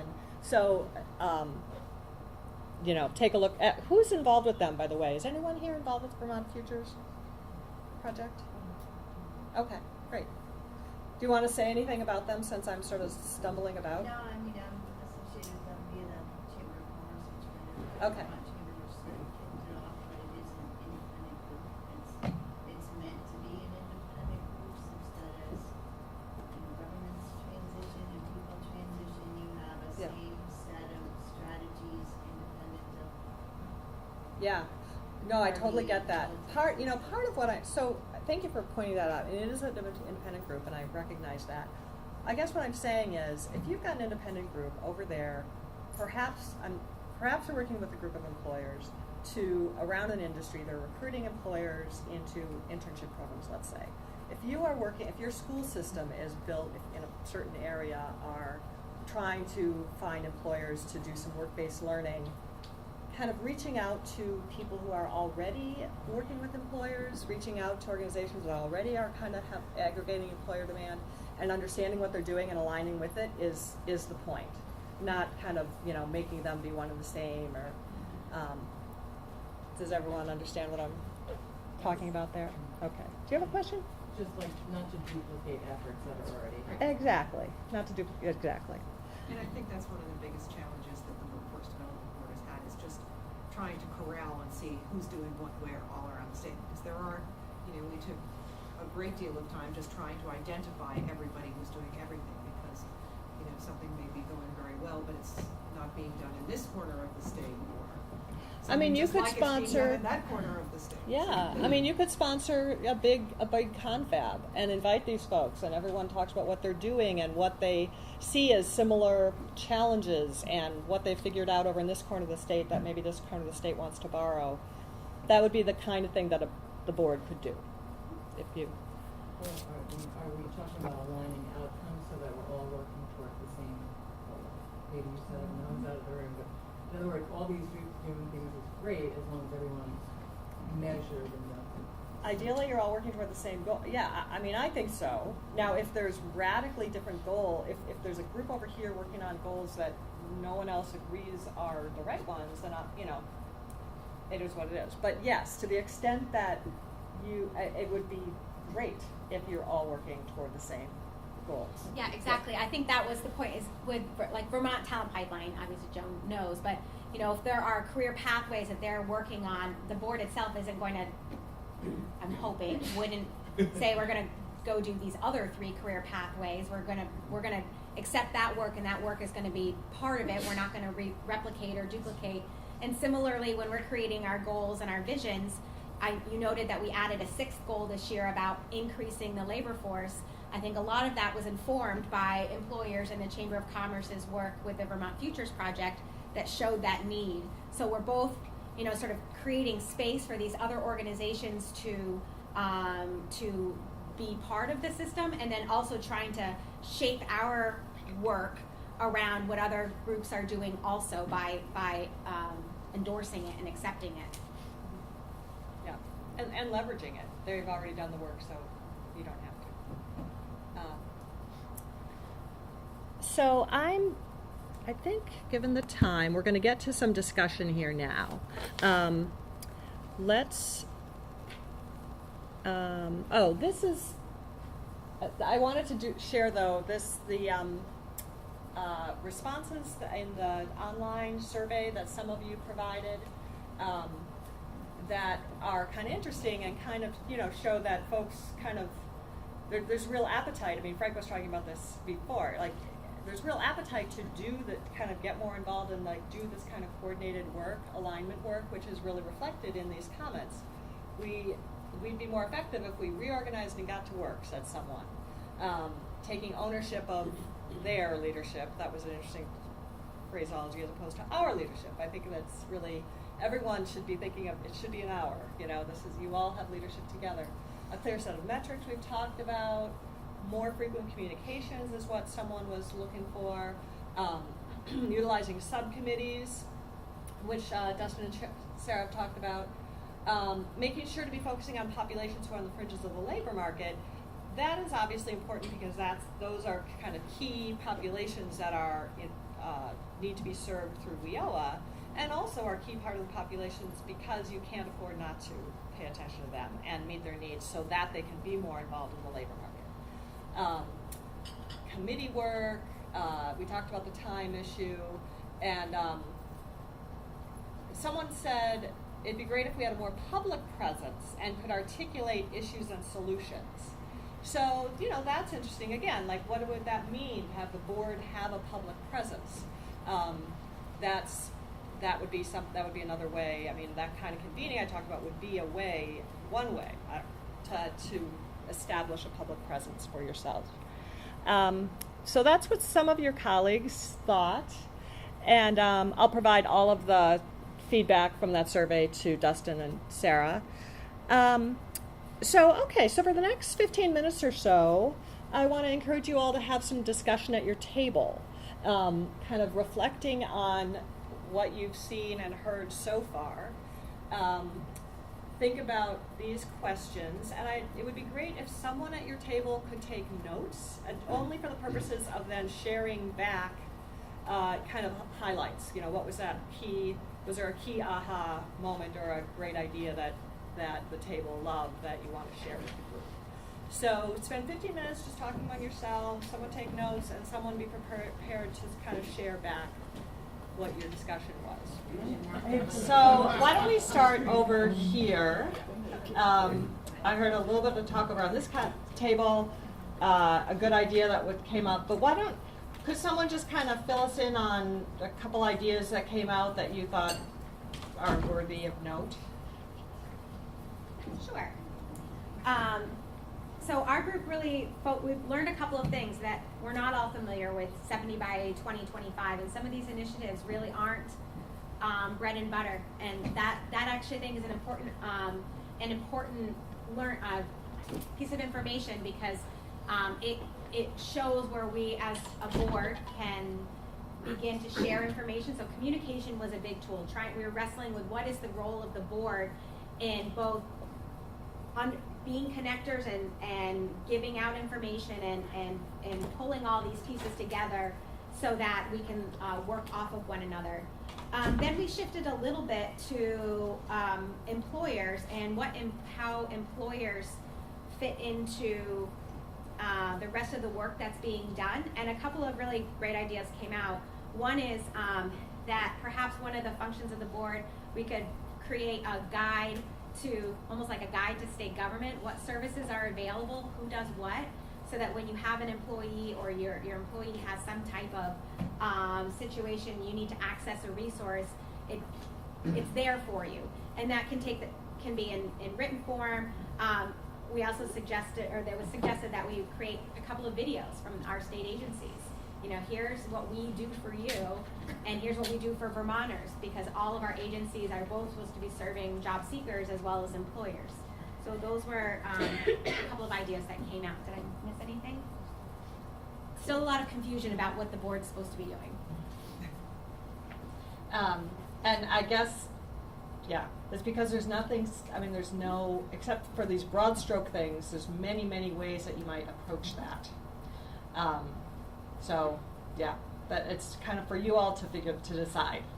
All right, table 5, a couple ideas there, things that you thought about aligning your efforts, aligning pre-degree or alignment.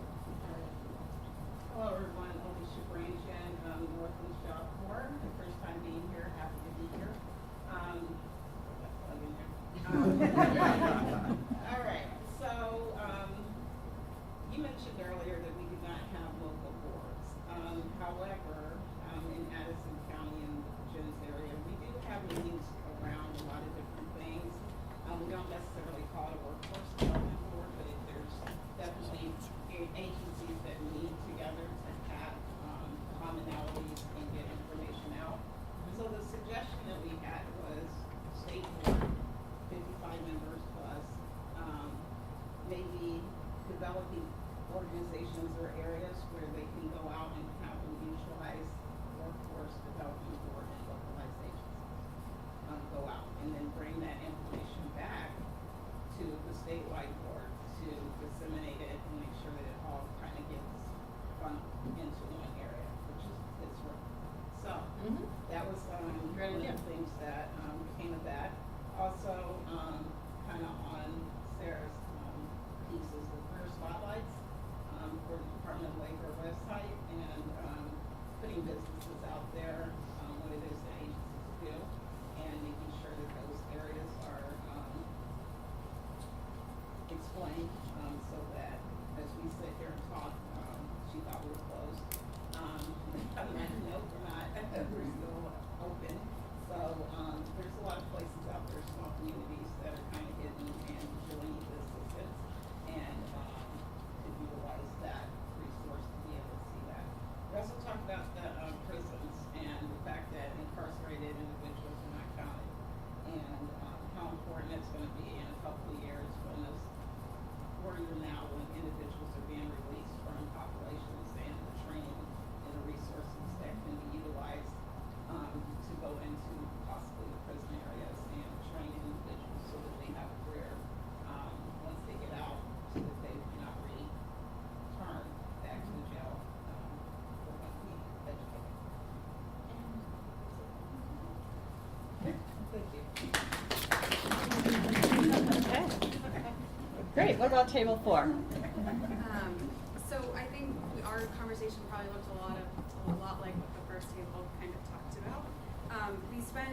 We have some relatively new members on the board at our table and some more seasoned ones, and so I think we recognized at first when trying to answer that first question that there are some members of the board that don't necessarily know who does what in the state, and so maybe creating some presentations or allowing some time for the board to do a deeper dive into 70 by 2025 or the Vermont Futures Project to really understand what they do, but also connecting and really focusing on connecting how their work relates to the board and kind of creating that,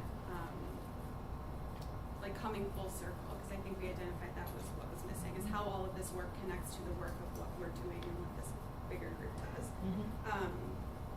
It was identified that we might need, or that we should create a model for communication, and so that we better understand who is doing what and what the board expects.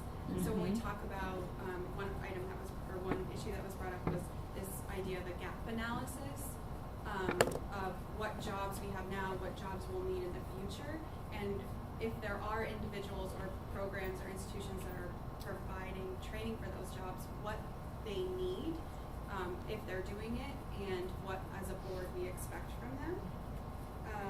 There was a comment also of providing video presentations. There was a presentation that Barowitz gave on that exact subject. So maybe putting that online or sending that out to the board. And then we didn't necessarily get to answering the second question, but it was identified that there is a gap in communication with businesses, and that we should be focusing on communicating with businesses consistently and equitably, which means, you know, equitably regionally and equitably across all sectors as well. Sounds like a good conversation. Now, what about you folks? So unsurprisingly, we had a lot of the same things, but one of the things that I think our group kind of recognized was that it wasn't universal, that the 70 by 2025 that the Vermont futures were actually very well known. And I think kind of to Eileen's earlier point, I think there's some individual knowledge that needs to be made collective as well from individuals who are on the board. One of the things we really talked about was both the opportunity and the challenge around CTE, as well, trying to make that a more universal experience to destigmatize some of the opportunities. And in addition, kind of in doing that, when we talk about post-secondary education, that we're being inclusionary in the way that we do that. We make it very clear we're not just talking about traditional college. Mm-hmm. And one of the things we sort of spoke about from a communication standpoint was that we've been somewhat effective at being able to communicate what the challenge is, but becoming solutions focused is going to be the next iteration of kind of what the board needs to grapple with and how we reach out. Great. Well articulated set of next steps. What about you folks? Sure. So having three, I guess, former legislators, we didn't get past the first bullet.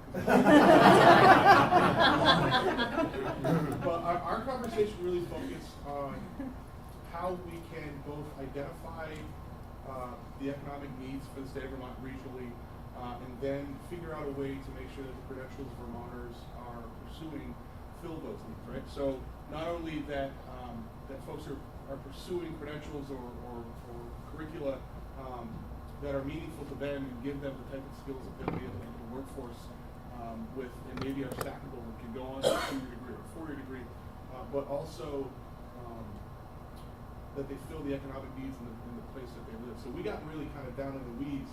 And then as we started to talk about the board's role, and I think we came up with kind of 3 specific terms. One is to convene all of these groups, right? We should be the entity that brings these people together. Like the structure teams. Exactly, to make sure that we know what 70 by 2025 is doing, or we know what Talent Pipeline is doing, and then recognize what they're doing, and help them kind of drive the boat forward. And the third one that Kathy reminded us of is we have to be able to measure all of this so that we know if we're letting a specific private entity or public group drive the bus, that they're driving in the direction that we want, because inevitably it's our job as the board to make sure that we're meeting those goals. We can't hold a private entity accountable. We're the ones that are accountable to the people and to we owe us. We really think that those 3 terms really kind of measure it. And Jed brought up another good point. We need to identify what we're not doing too, right? Mm-hmm. So knowing what everybody's doing is important in having that inventory, but knowing what we're not doing so that this board can kind of fill those gaps is important. All right. And you folks? So the question that was posed early with our group was, is it the board's responsibility to respond to the initiatives, or the initiative's responsibility to respond to the board?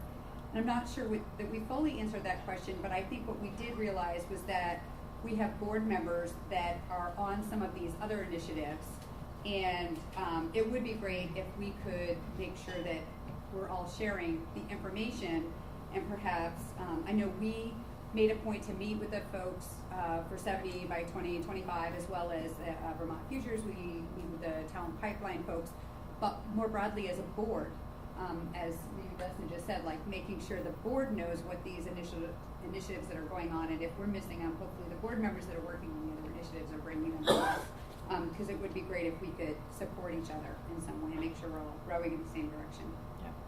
Communication, yes, we clearly need a plan. We need a plan to help the board members understand what some of the resources are as well.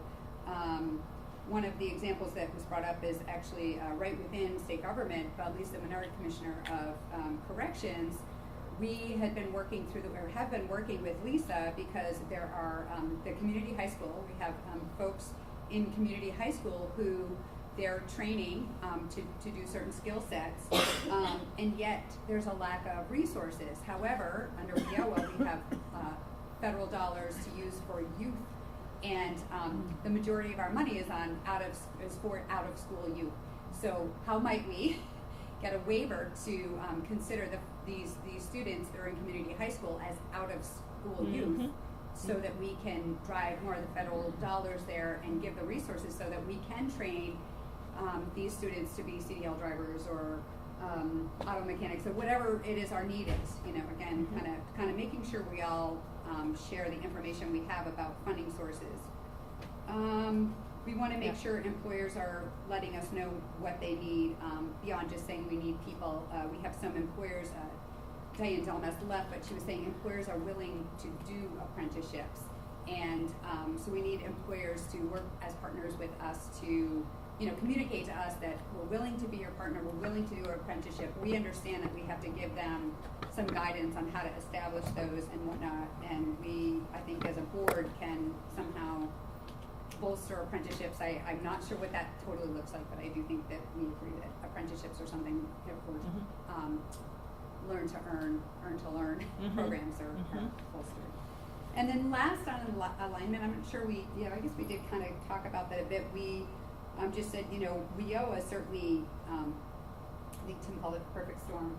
It drove us to really partner up with people like in real partnership, you know, adult ed, voc rehab, agency of education, whatnot, human services, and also many other partners. So while it's a lot of work to pull that together, right, Sarah, and get everybody working together, so WIOA sort of created, you know, a challenge for us to get to that place, but it also created something really positive because what we're seeing is our partnerships are strengthened because of WIOA, and again, we probably need to do a better job sharing with the board some of those success stories, I guess, so that the board members can go share that around and let people know that there's a lot of good work happening.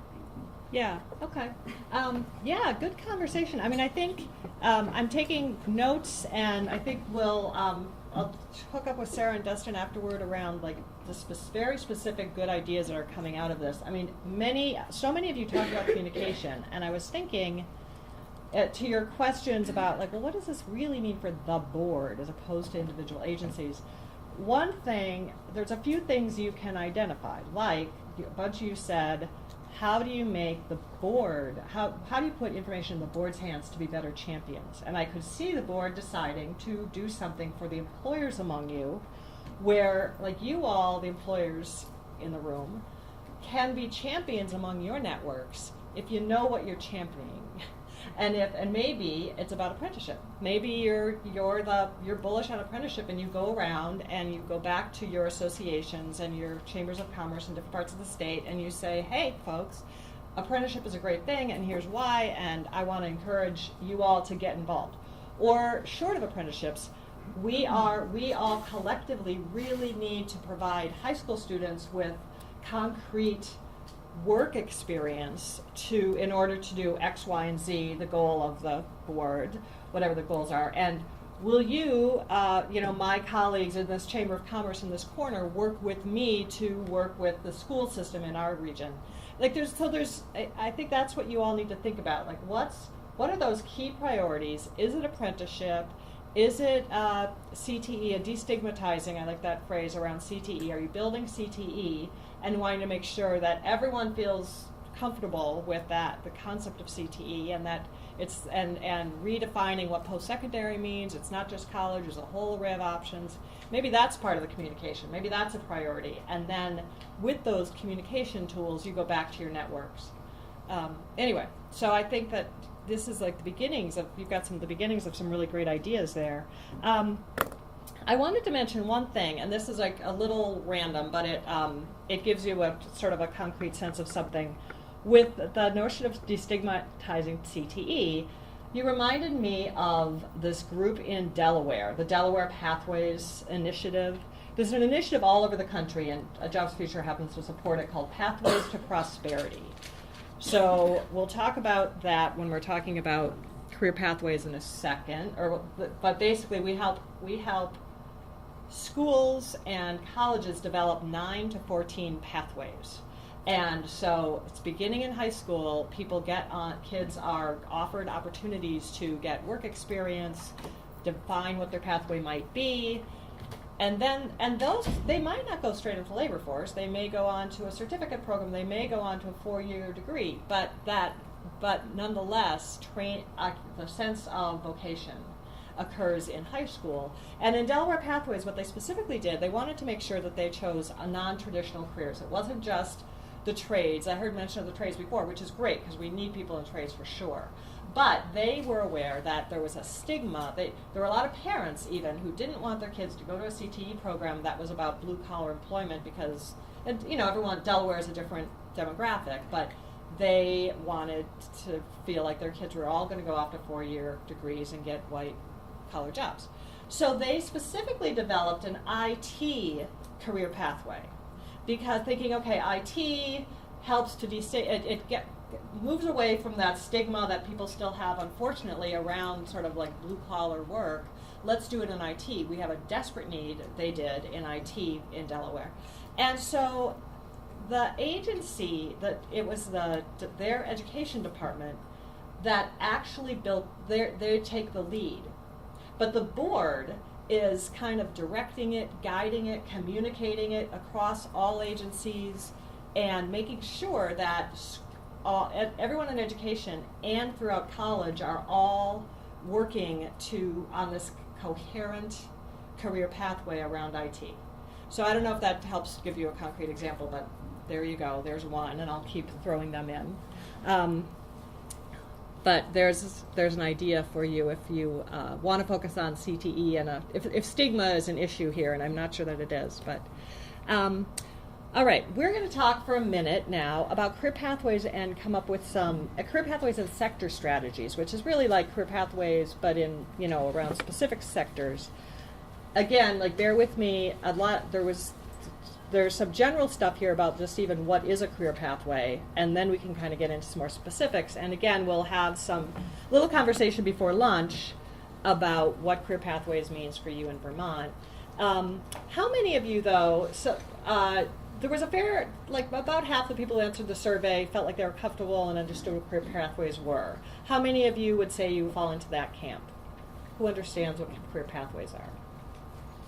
Okay, all right, so I'm gonna, for the people who don't know, kind of just sort of talk for a second about what they are so we're all kind of on the same page.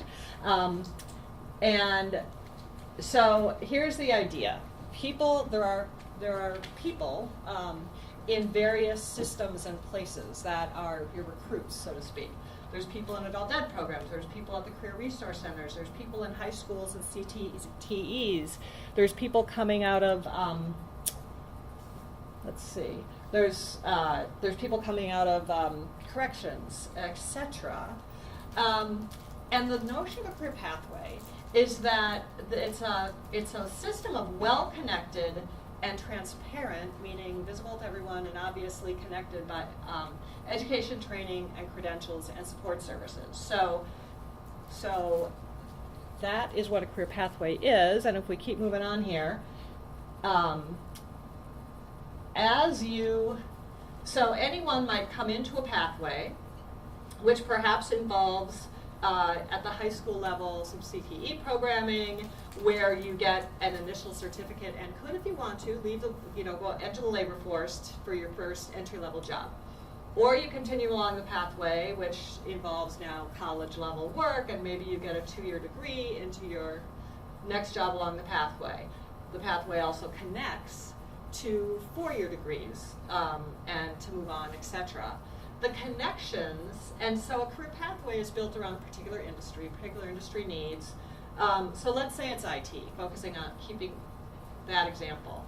So there's very entry-level help desk kind of jobs that are in IT that can easily be handled after a relatively brief certificate program, and that even at the CTE level in high schools, and I know you're working on CTE programs for adults as well, right? Okay, so I don't mean to just refer to high school, but at the CTE level, there's a pretty short-term certificate you could get to enter one of those help desk jobs. They don't pay much. They're a way in. That person could then also continue on to a 2-year program in, I don't know, these degrees are failing me. Can someone help me? Some kind of networking.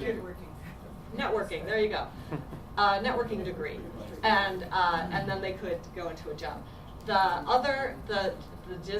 The business about well-connected. What does that mean? Well, what that means is that the colleges that are offering the 2-year degree program recognize those certificate programs and provide, and these articulate to that. So no one has to repeat what they've learned. Everyone's agreed that yes, we understand what these competencies are, and we accept them here. And then the same thing with four-year programs. Maybe people become a computer science, this is sort of a computer science degree that someone wants to pursue. Great, that all articulates. And so that's kind of in general terms what a career pathway is. The important part of this is that it's informed by industry partners. So this idea of convening employers and learning what they need, that is a board role or a board. It's a board function. It's something you need to pay attention to. It doesn't mean that every single one of you needs to be sitting around a table talking to employers in a particular industry. It means that you need to make sure that key people in all of your state agencies are doing that, and that it's a committee function to figure out how to make sure that these are informed by industry. And to the extent that there are already associations of employers in certain industries, work with them. Like I said before, don't just like create different meetings, a whole new set of meetings that people have to come to if you're already working together. Also, make sure that it's informed by labor market data. And Max is sitting over here, so I have to do a shout out to Max, who apparently did a presentation related to labor market data. That's step one. You've got a Department of Labor with great labor market information. You need to start there to sort of help you assess, to help you identify what are those industries we're going for, what are the particular needs there. That's the labor market data helps you start that. Then you really do have to talk specifically to employers because they give you the nuance and they help you understand, well, it's a little different in this state than it is, or in this part of the state than it is in that part of the state. And because of those differences, you then are able to communicate that to the, and the second, like let's say in the education department then, based on that information, can ensure that whoever's designing these certificate programs in different parts of the state are infusing that curriculum with what with what was learned by employers. So it's sort of like each of your individual agencies plays a role here, but you all need to be the board is a way to make sure that it's all connected. So even if the career pathway, I know from right at the moment actually, some wonderful guy named Oscar, whose last name escapes me. Is that you? Aliaga, no. No. I'm Who's his boss. Oscar? I'm a supervisor. Okay. Well, kudos to Oscar because he has a great He's got a great presentation on your website, and I borrowed one of his slides. That might be Jay's slide, actually. Oh, okay. Well, Great job, Jay. Great job, Jay. But Oscar, I'm aware, I have followed his, I found him on the website. He's going around the state talking about career pathways, I realized, so maybe you've seen Oscar's presentation on this. And so, great. So the Agency on Education is creating a bunch of career pathways. Wonderful. Those career pathways should be, the point of the board would be to make sure that whatever the Agency on Education is doing is aligned with what the Department of Labor is doing for people, or what higher ed is doing at the higher levels. If you guys are developing career pathways down here for high school, make sure it's connected and aligned up here, and make sure that the overall picture is, sort of organized in concert with them and informed by the same employer. So. Anyway, so on to Jay's slide or Oscar's slide. Whose slide is this? Oscar. Okay. It was a team effort. Oh, boy. We can both take credit for it. All right, and it's not at all legible, so sorry about that. Here's a real life example, and I'll just talk you through it since you can't read the specific words. This comes from something called the Rutland Workforce Investment Board in the Rutland region. Is anyone from there? Oh, okay. Is this familiar to you? No. Okay. I'm not on the. Well, the Economic Development Council developed it. Presumably, it's in manufacturing. Presumably, they work with employers to design it. What this is, this talks about all the different, in the same way that that other picture did, all the different places that people might come from to get first a diploma, then, boy, I can't read this either. Anyway, long story short, they, this is a community college certified production technician program that they in Rutland have decided is sort of step one on their pathway. Then you can go to an entry-level job, or you can, there's also a paid internship. So now you get much more specific because they actually worked with a group of employers and a group of schools and made a plan. Like, okay, people will first get a CPT. At that same time, they'll get a paid internship. Then they're going to go on, they can go on to an entry-level manufacturing job after 6 months of classes. But they can also, and they'll also continue on to on-the-job training. And after a year's work experience, get to a higher paying job. Or they can enter an apprenticeship program and then move on to another job along the pathway.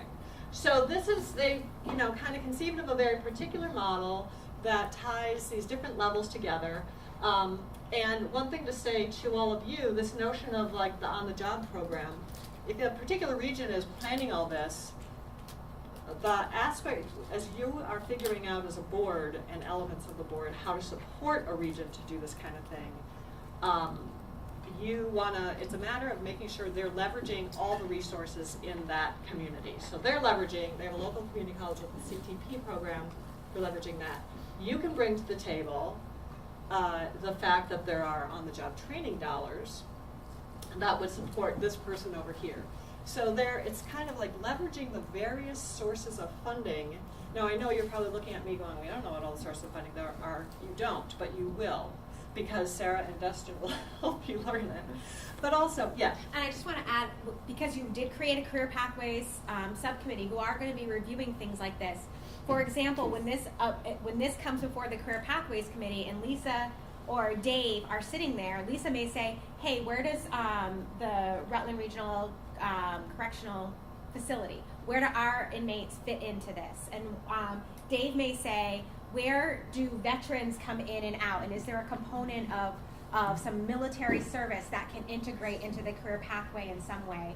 And so that's just an example of some of the ways that this whole group of stakeholders adds value to making sure that the work that the agency is doing and working with everyone is really a comprehensive and excellent piece of excellent product when we put these pathways out sort of publicly. That's a great example. So that's a very excellent example of how a committee would support local engagement and make sure that the locals are leveraging resources across the system. And then to kind of bring that up to the board level, what all of you have done is highlighted priorities that then flow down through your through that committee. So a priority might be expanding on-the-job training, work-based learning. So that maybe they didn't have that here, but that committee would add it. A priority might be we're going to make sure to really tap the reentry population and ensure that there are better, stronger pathways for them. And then the implementation of that is through the committee, as well as your particular agencies in charge of those things. Yes? And one thing that I think is really important that goes to the previous conversation is, this one in particular, there's two big takeaways. One is everybody needs this, doesn't matter where you are in Vermont. So how do we not let every group reinvent it and dream it up themselves? Yeah. And the other thing that I think is really cool about this one is that production technician program started 5 years ago with a grant, maybe about 5 years ago, into the community college system, and then it was determined to be highly successful. And kudos to CCD for figuring out that was something they had to push broad. I'm not sure when we do a grant program of some pilot that we ever recognize systematically that that's one that you need to institutionalize and replicate versus a one-shot wonder. But this in particular, to me, this is so about not reinventing the wheel and right. And now you can go talk to whoever at the Economic Development Council of Rutland manages this to see how it's working and perfect it as you borrow it and bring it to another region. Yeah. And so some of the work in creating this chart it's about sense making. How does the system make sense of what the system could do? And then how does that system help people, consumers, understand how everything ties together? We don't have good mechanisms or visual representations to help people understand how all the pieces are tied together. There are all kinds of states you can borrow from. I mean, if you take this on, you have a Career Pathways Committee. Oregon, Kentucky, there's Ohio, okay, you already know them. There are a whole bunch of states that have produced these kind of general pathways for certain industries that are key across the state. And then they get tweaked for the local circumstance. But yeah, there are ones you certainly can borrow. Well, another thing I just want to mention about, since this is Oscar's slide, on Oscar's slide, he had a big note over here, which is that there needs to be, what he found the failing of this was that the pathway didn't start back over in high school. And it can and should. So that's just, and I would just say that's the work that the Agency of Education is focused on. How do we use our state policies for personalized learning and proficiency-based graduation to advise students starting in grade 7. So our career pathway is really focused on grade 7 to graduation and connected to the partners after graduation. Yep. And here's just another sort of visual, another way to talk about a career pathway that shows, adults from various places and youth from various places kind of come into the same pathway. So anyway, I won't dwell more there, but that's what you made. If this is useful to you, there you go. Jen, can I add one thing? I just wanted to check to make sure I had the right website. But a lot of these products that you had mentioned, they're pilots, they're supported by pilots, and a lot of the ones that are supported at the federal level, we require that the end products be posted on workforcegps.org. So that's a resource that houses all these things. So that's something that I just want to plug for us. Yep. Yes. You can get lost in that site for days. Has a search engine. Lost in a good way. There's a lot of amazing. information. Yeah. Okay. There's also, just to give a plug for Department of Labor resources, the Department of Labor, also found to be found on Workforce GPS, has produced a Career Pathways toolkit. And it is, here's kind of the 6 steps. I'm not going to go through them, and you probably can't read them. But it sort of walks you through how is this done, and this would be a really great tool resource for your committee.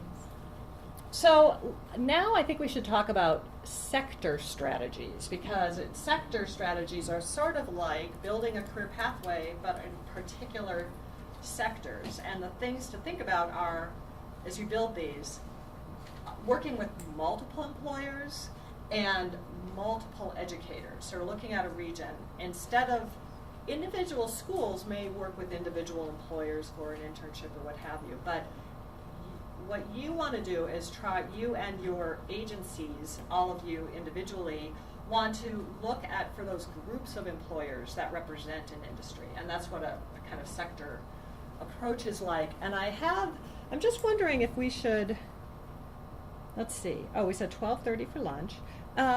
Let's show the video. So there are a few states I wanted to point out that are doing some pretty cool work to kind of aggregate employer demand. So bring employers together to the table, understand what they need, connect them up with an array of educational and training opportunities via Career Pathway to meet those needs. And one of them is your friends, your neighbors here in New Hampshire. Maryland has a really great set, and then Real Jobs Rhode Island. Then they have a video that kind of explains how they did it and why they did it, and I think we thought we might want to show it to you. Perfect for right before lunch. And it's short, just before lunch. The economy everywhere, the whole world is changing, and our institutions that prepare people to get ready for work are trying to catch up, and nobody really knows how to do it. So what that manifests is companies are having a hard time finding the workers that they need to be competitive in the 21st century economy. So that's the problem that Real Jobs Rhode Island is trying to solve. I think employers have typically struggled to meaningfully engage with the workforce system. They're busy, they have companies to run, and while they wish that these ideal solutions exist, they don't necessarily have the time to lead them themselves. At GE in 1950, you could show up and you could sweep the floors, and they had internal training programs. They had internal research and development programs. They had what we now call career paths inside that company, and it's expensive. That was very expensive. So what's happened is those companies have had to lean down. So now you'll go to a manufacturing company, they won't even have an HR department. This is especially the case with small businesses. They're typically struggling to figure out how to tap into this mega workforce system with the very limited resources we have. By using industry intermediaries to aggregate that demand, we're able to reach those small businesses much better, in addition to serving the mid-size and large employers. They know what their barriers are. They know what support they need to be able to better recruit, better train the folks who are on the front lines. We also have some industries that are still figuring themselves out. The tool that Real Jobs Rhode Island brings to bear is a cooperative agreement grant, which allows people to get around a table led by business to collaborate with, like you say, many different tools to solve the problem. It's different from traditional workforce programs. It exists in addition to the program provided by the Division of Workforce Development Services. What we are is a grant program that supports industry intermediaries to aggregate demand. When we want to approach the Community College of Rhode Island and say, hey, we need a horticulture class or series of classes. For one person or two people, that's not feasible. For 20 people a year, it's totally feasible. These individuals, when put into roles, are doing some of the most amazing work that's having the employers come back to us and saying, do you have more people like this? Do you, is this part, we have more positions and we want people coming from there. We're much more efficiently able to supply the demand, and it works wonderfully. And it works wonderfully in a place like Rhode Island where people are used to collaborating. We're rugged, but we have a different ethic here, and it really lends itself to solving problems together. And I think if we can't do it here, it can't be done anywhere, and we're doing it here.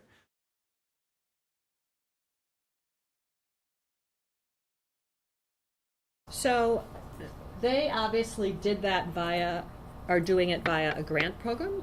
We're going to talk about this afterward. It's not the only way to do that, but I just wanted to say that was the main takeaway from that you need a grant program. But you might want to have one.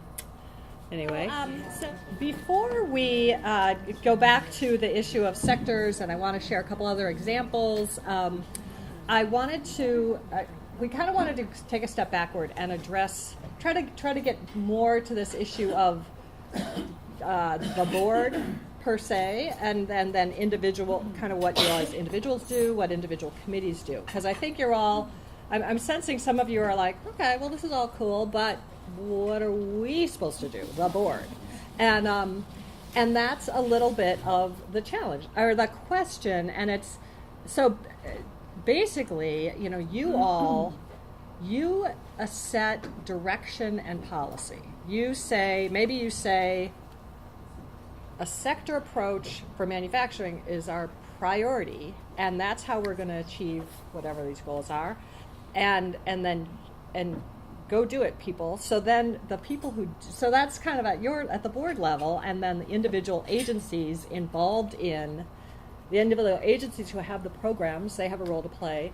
But before that, the policy, a committee works out the details. And at that committee level, that's where those connections can happen that need to happen between CTE and Department of Labor and maybe Department of Corrections as one of the feeders. So that's sort of something we felt like was maybe missing, was that, we intentionally decided we weren't going to get into a lot of specifics around management and governance of how you operate, but we want to at least say that, we're, kind of help you understand that this is to give you ideas and see and forecast a little bit the kinds of things that you're going to be considering as in this sort of new revamped way that Dustin is going to be managing this group. You'll be considering these policies, these strategies, these programs, directing, sort of identifying priorities, and then there's a committee structure that will kind of carry it out. And Sarah was just going to mention a few things about that. So I thought it might be useful just as a quick summary about which committees we've established and where there might be some room for some of your ideas to germinate. But before I say that, I know many of you sit on a lot of boards, whether it's a select board or at one point I served on the VSAC board, in my view, very highly functioning board, and almost all of them have some kind of committee structure. And because we're creating our own governance entity, as these committees take shape and as their charge becomes sort of codified in your own governance, I think I can speak for Dustin and Lindsay and Frank and others saying we really want you to say, I've served on this really great board and this is the way we did things. We're open for shaping at this point. So please keep that in mind. There are a few committees already that exist. One is what we call, it's your executive committee, but it's called the, now I'm forgetting the name, operating committee. The operating committee has 13 members, 5 business members, plus the secretaries of ACCD, Human Services, Education, Commissioner of Labor, a CTE representative, and a higher ed representative. So that's one of your committees. The other is a standing youth committee that we reauthorized at the January meeting. That committee is later in the summer going to sort of look at who's missing from that membership across state government, and we're going to do some work with that committee. But that's a pre-existing committee that looks at youth policies and oversight of youth funding streams. And then the 3 others that we're working on now are the policy committee, and just as a reminder, this would be the committee charged with reviewing and recommending policies related to WIOA program implementation, the one-stop operations, your own governance and operation, and other workforce system policies as necessary. I drafted that as a charge. When this policy committee comes together, you can look at that, you can change it, you can say, no, we're going to be the policy and performance committee. But this is again just a starting point for how you can organizationally come together. And then within the next few weeks, Frank is going to work with the operating committee on appointing initial membership to each of these committees. So if you are interested, please feel free to let Dustin or Sophia know so they can continue to collect names. We've made some initial recommendations just to make sure that that the structure of those committees represents the stakeholders who really will be impacted. But we really want your participation if it's an area of interest. The other committee is the Career Pathways Committee, again, 11 members. And this would be, as we talked about earlier, charged with reviewing and approving state-endorsed career pathways that reflect a shared vision across multiple sectors and agencies, and would look to improve employment outcomes, meet employers' needs, workers' needs, leverage funding, et cetera, et cetera. Again, next few weeks, operating committee is going to work with Frank, get some initial membership there. If you're interested, see Dustin or Sophia. And then finally, we created a training and credentialing committee, but instead of, at our January meeting, instead of structuring that committee the same way, because this training and credentialing issue across the state is rather loose and elusive, what you did is you approved the creation of a work group to come together, a work group of stakeholders to come together and recommend an initial charge and initial membership for this committee later this fall. So this next group for training and credentialing is a work group, and And I think that again will be appointed soon. So if you're interested in the training and credentialing piece, let Dustin or Sophia know. Right now, in statute, your committee membership is limited only to board members, although board member participation is permitted to be by proxy, so long as the person representing you has some policy-making authority in the, in the agency or business that you represent. So, so there you go. I think maybe the policy committee might have some conversation about whether that really makes sense. Certainly makes sense for the business members, but for some of the state agencies, does it make sense to have the work, the policy work of the committees done by a secretary, by Algo Bay, or is Sean Brown maybe more able to contribute and develop those policies? And so those are some of the things that your groups are going to think about. Those committees will take on their charges. They'll have questions posed to the larger board. I think it's a pretty standard committee structure that most of you are used to. But again, if you've been on a high-functioning board and you think that there are some ways that these interactions can really be productive, then those are conversations that we should have to help guide us in that direction. One more thing, there are ad hoc committees that are named from time to time. You noticed here that you have some oversight of the one-stop centers. Right now, there's 5 or 6 of you that are being asked to serve as a member of the ad hoc certification committee. The ad hoc one-stop certification committee to certify our one-stop center in Burlington.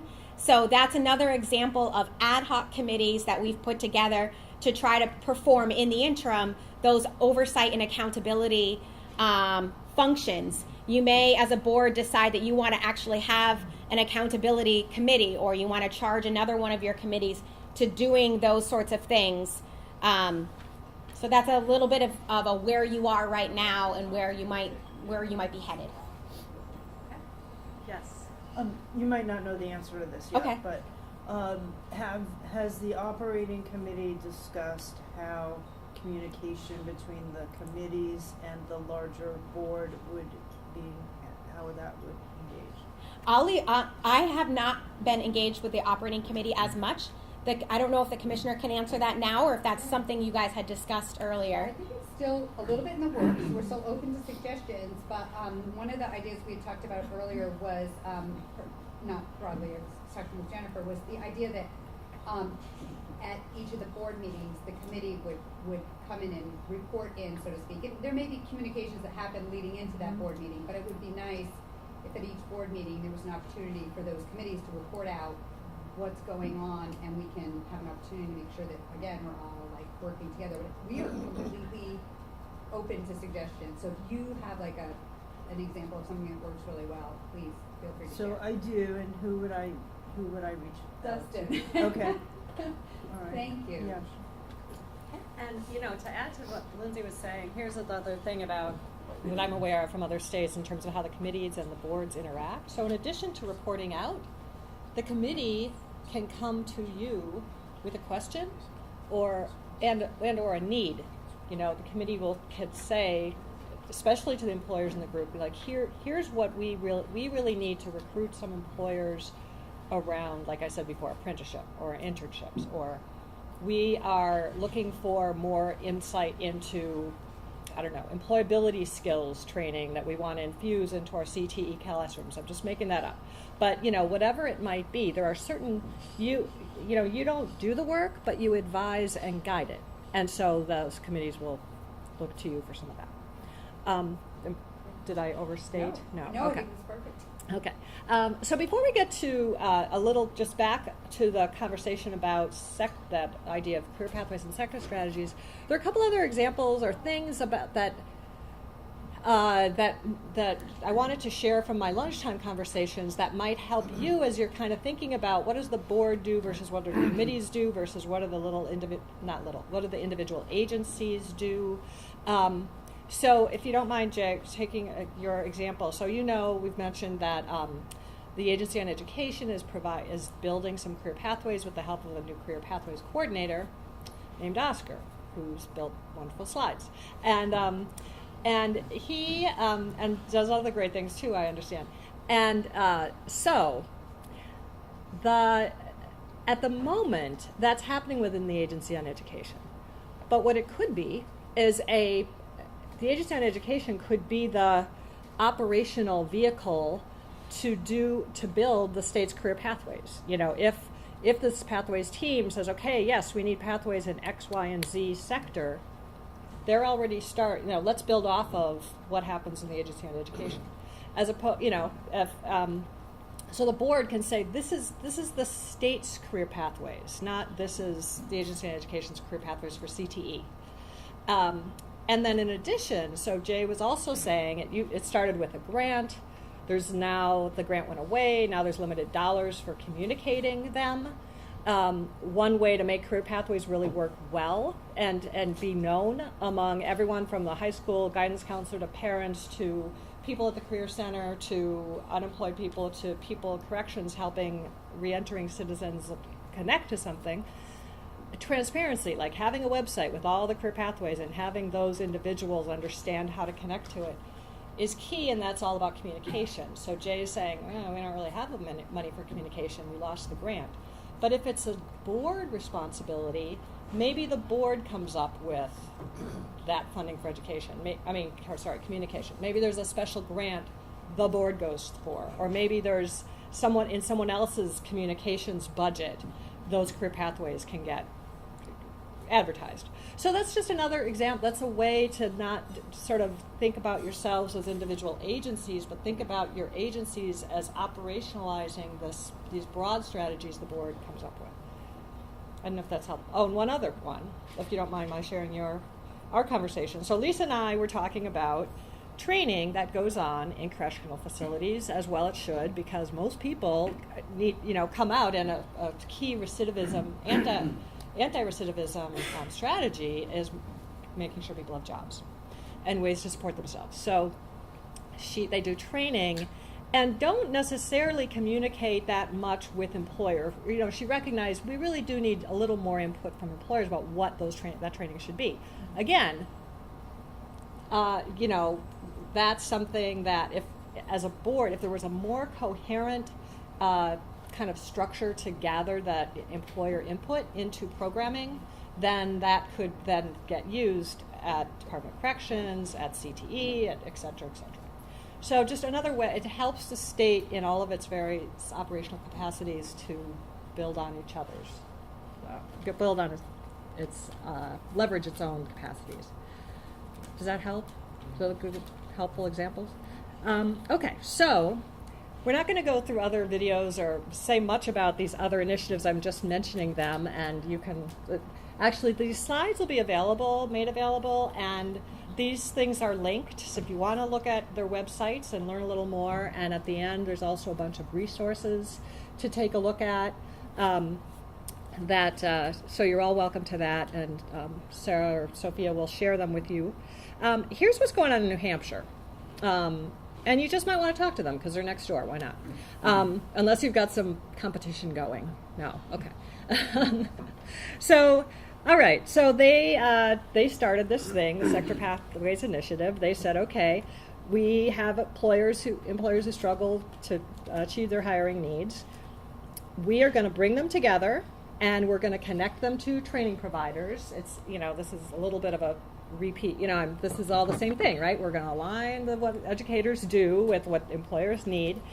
And what we're going to do is ask the businesses, engage the businesses in helping us build these pipeline programs, and particularly deal with do some work-based learning, work-based training. And the big thing with New Hampshire is that they really, really emphasize that it's employer-driven. Employers say this is what it needs to be. This is the kind of training that works. This is the kind of, you know, your technical skills are great, but people still don't come with great skills around working in teams or communicating with their managers. You know, that's the kind of, those are the nuggets that can go into building some curriculum.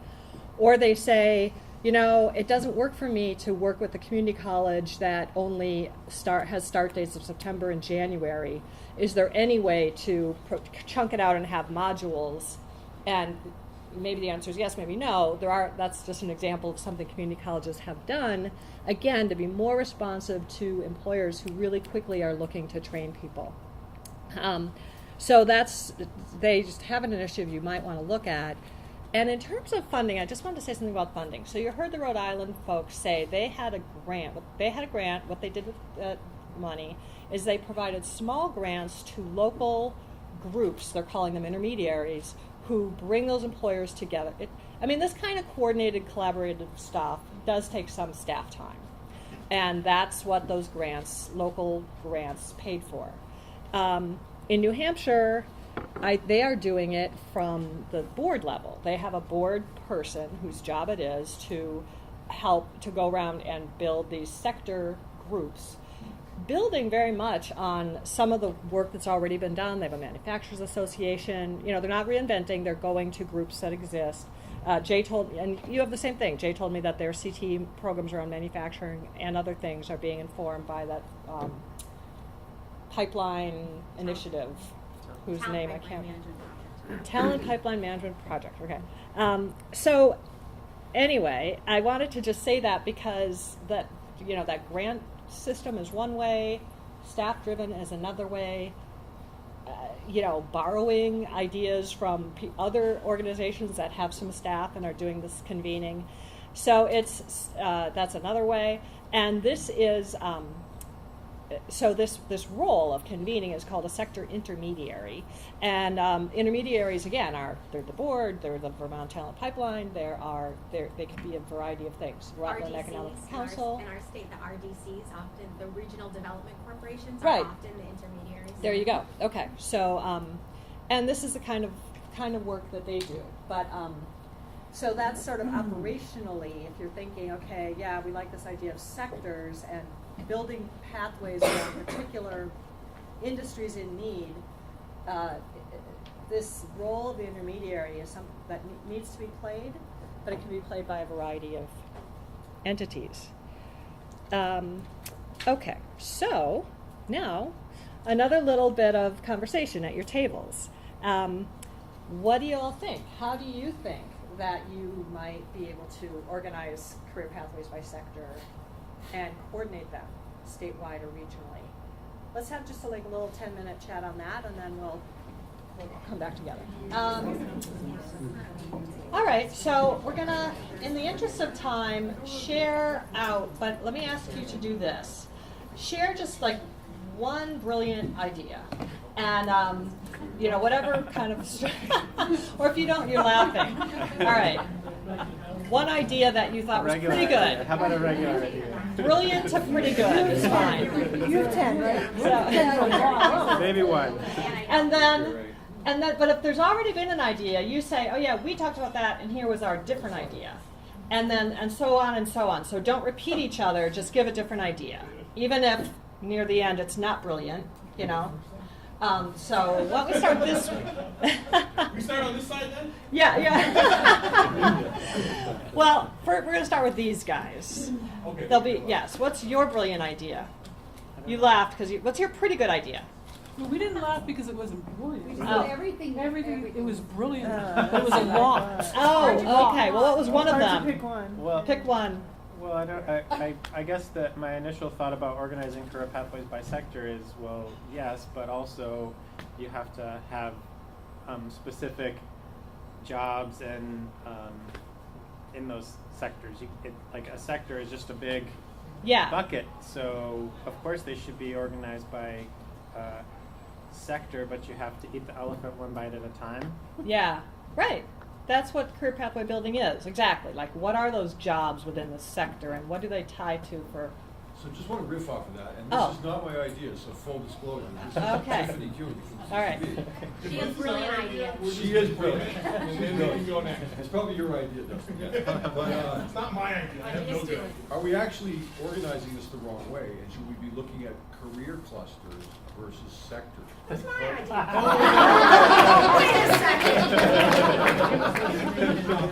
Definitely getting away from It's late in the afternoon. Right. And the answer is sure. You know, you're the board. You get to decide. If that makes sense to you, make that case to your career pathways team, and Because yeah. I guess the argument was that if you're focusing on career clusters, then you can be supporting individuals who can be mobile across sectors. Yeah. Based on skill sets. Right. Right? That is another way to do it, for sure. It changes things when it comes to talking to the industry. You got to figure out how to do it. Like, how do what are the jobs across industries then that use the skills in that cluster? Right. What's your brilliant idea? Well, To let Joan talk? A different idea and a different one. I don't know, it's all kind of interrelated, but Okay. yes, we need to organize by sector only because you bring together industry, and the industry would identify their most important occupations or careers, what's most in need over the current or going forward 2 years. So it's not that that's a brilliant idea, but we recognize that we need to organize by sector, and then within that sector, particular occupations. The challenge is that it starts getting very, very granular. So the question we had was, well, what then does the board do? Because we're not going to be doing that granular nitty-gritty work. So again, we're answering a question with a question. Yeah. How brilliant that is, but Yeah. No, that's. I mean, the board.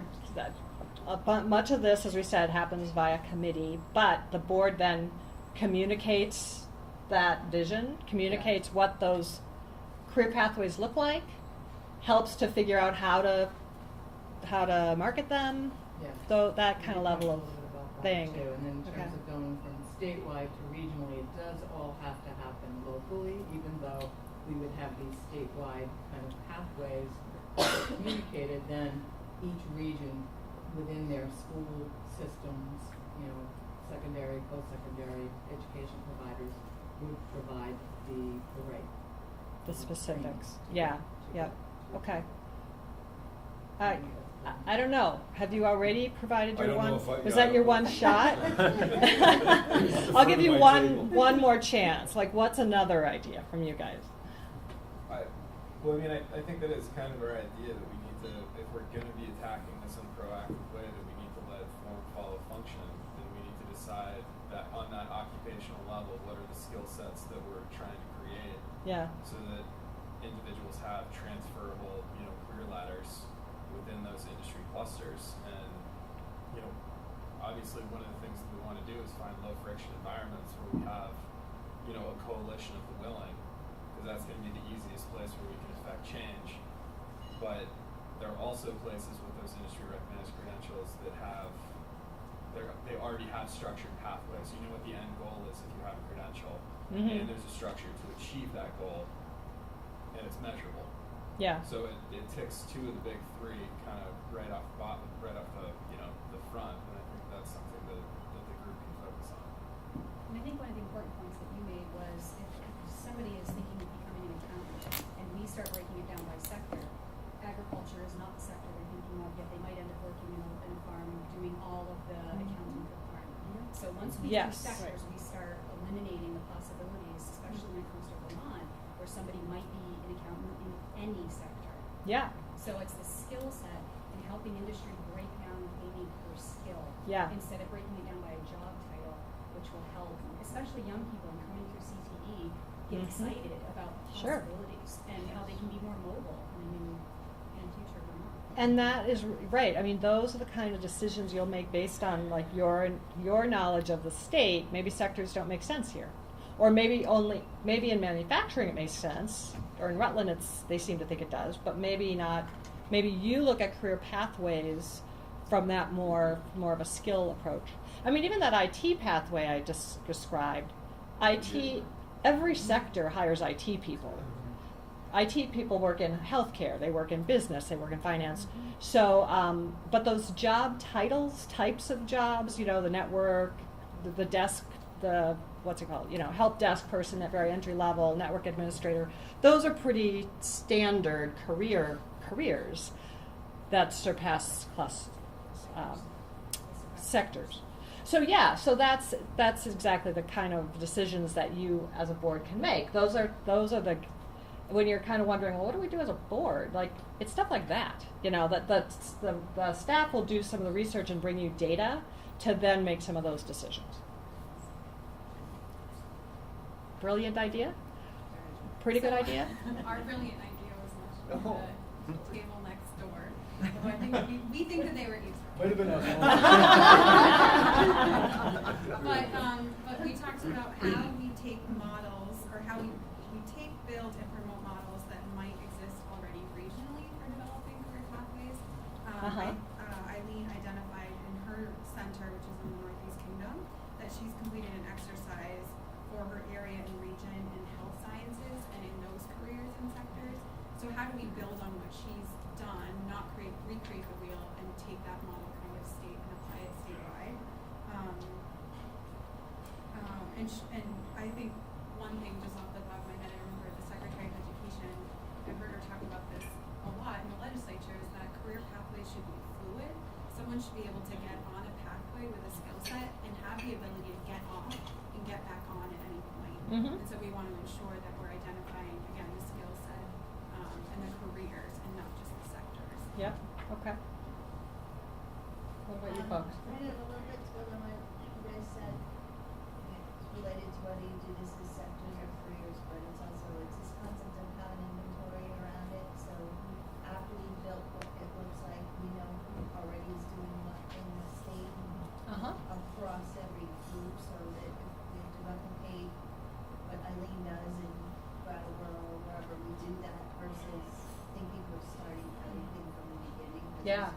A lot of stuff going on that relates to all this stuff, but just isn't organized. Yeah, right. I think that's absolutely right. What about you folks? So we had all of your brilliant ideas first. We knew that. So why don't I just share something about the distinction between statewide and regionally. We noted, particularly in Rutland County, there are some seasonal employers, and also in Chittenden County. So figuring out what role the board can play in when we're building these career pathways or supporting these training opportunities, in trying to bring sectors, employers together to have that to have a shared workforce, especially if you're in a seasonal industry. I don't know if that makes any sense. It's something I think some of us have talked about before, and other businesses in an ad hoc way already do that, but we could be a little bit more organized in trying to make sure that that workforce, as it moves from seasonal place to seasonal place, is progressing along a career trajectory, even if their employer changes from time to time. And that is a great model that some states have done in some of those lower wage, in some of those areas you talked about where it's kind of it's flat organizationally. There's tons and tons and tons of entry level, like retail, you mentioned hospitality, many entry level positions that don't pay all that well, and then there's pathways up, but many fewer positions. So some people have created career pathways where those are entry level jobs. You build a bunch of skills, but they're not necessarily skills for retail. They're skills for all kinds of things, because it's customer service, it's problem solving, whatever. And you actually show people how they might move up, not necessarily even in that industry. And there are some companies there are businesses that'll come together if they feel like they can't, there are some companies that have such high turnover because they're entry-level jobs and they can't really keep people because they're not great jobs and they don't pay that well. They come together to help figure out the next step for their employee, even if it means their employee goes elsewhere. That's an interesting concept, which we won't get into now. We can have another conversation about that, but just an FYI. All right, so we already had lunch. We've kind of talked a lot about employers throughout this, and I want to get to our conversation about measuring success, those kind of dashboard metrics we talked about. So we're going to do this pretty quickly, but there's just a couple things I want you to think about and be aware of related to employers, and then we'll have a little more tabletop discussion about that.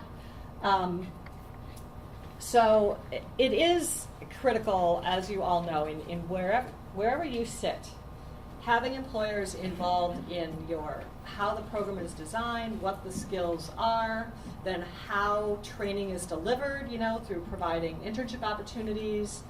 Some employers serve as adjunct faculty in some cases, or they do some of the training on the job. And then obviously you want them to hire people. Involving employers early and often is really the name of the game. And this is sort of something for you all to know at your level, but also as you are in each of your agencies and in each of your, as you're working with individual schools and whatnot, you're structuring these ways of employers in particular regions, connecting with the talent pipeline providers. This is all stuff to know. The other thing to know is it's best if they can be spoken to with one voice. You don't want in a particular region, every school to be going to the same employer. We don't want one employer to be having 10 people knocking on their door saying we provide internships or whatever. That is a really important reason to try to somehow coordinate this employer outreach. Some people are smiling and nodding. Were you the It's something recipient? we've done within the Agency of Human Services over the past several years, is really pull together our employer engagement activities. Okay, good, great. So you're not bombarding them. Anyone else have anything to say about? I saw some knowing nods. No? Yes. I'll note that just as we were provided funding for today's training, that Massachusetts is a technical training provider for Region 1, and they also offer some very specialized training in employer and business engagement.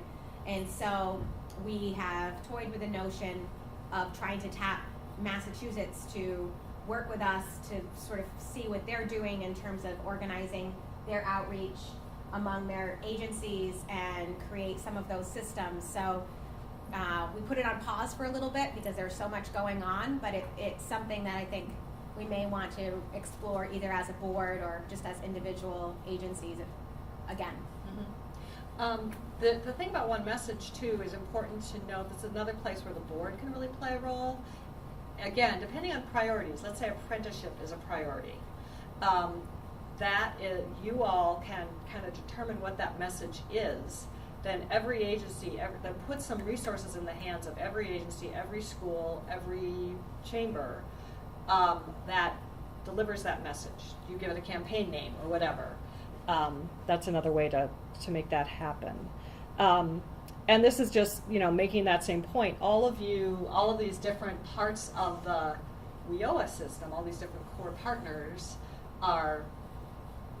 need to try to coordinate, which I know is difficult and complicated, but needs to be done.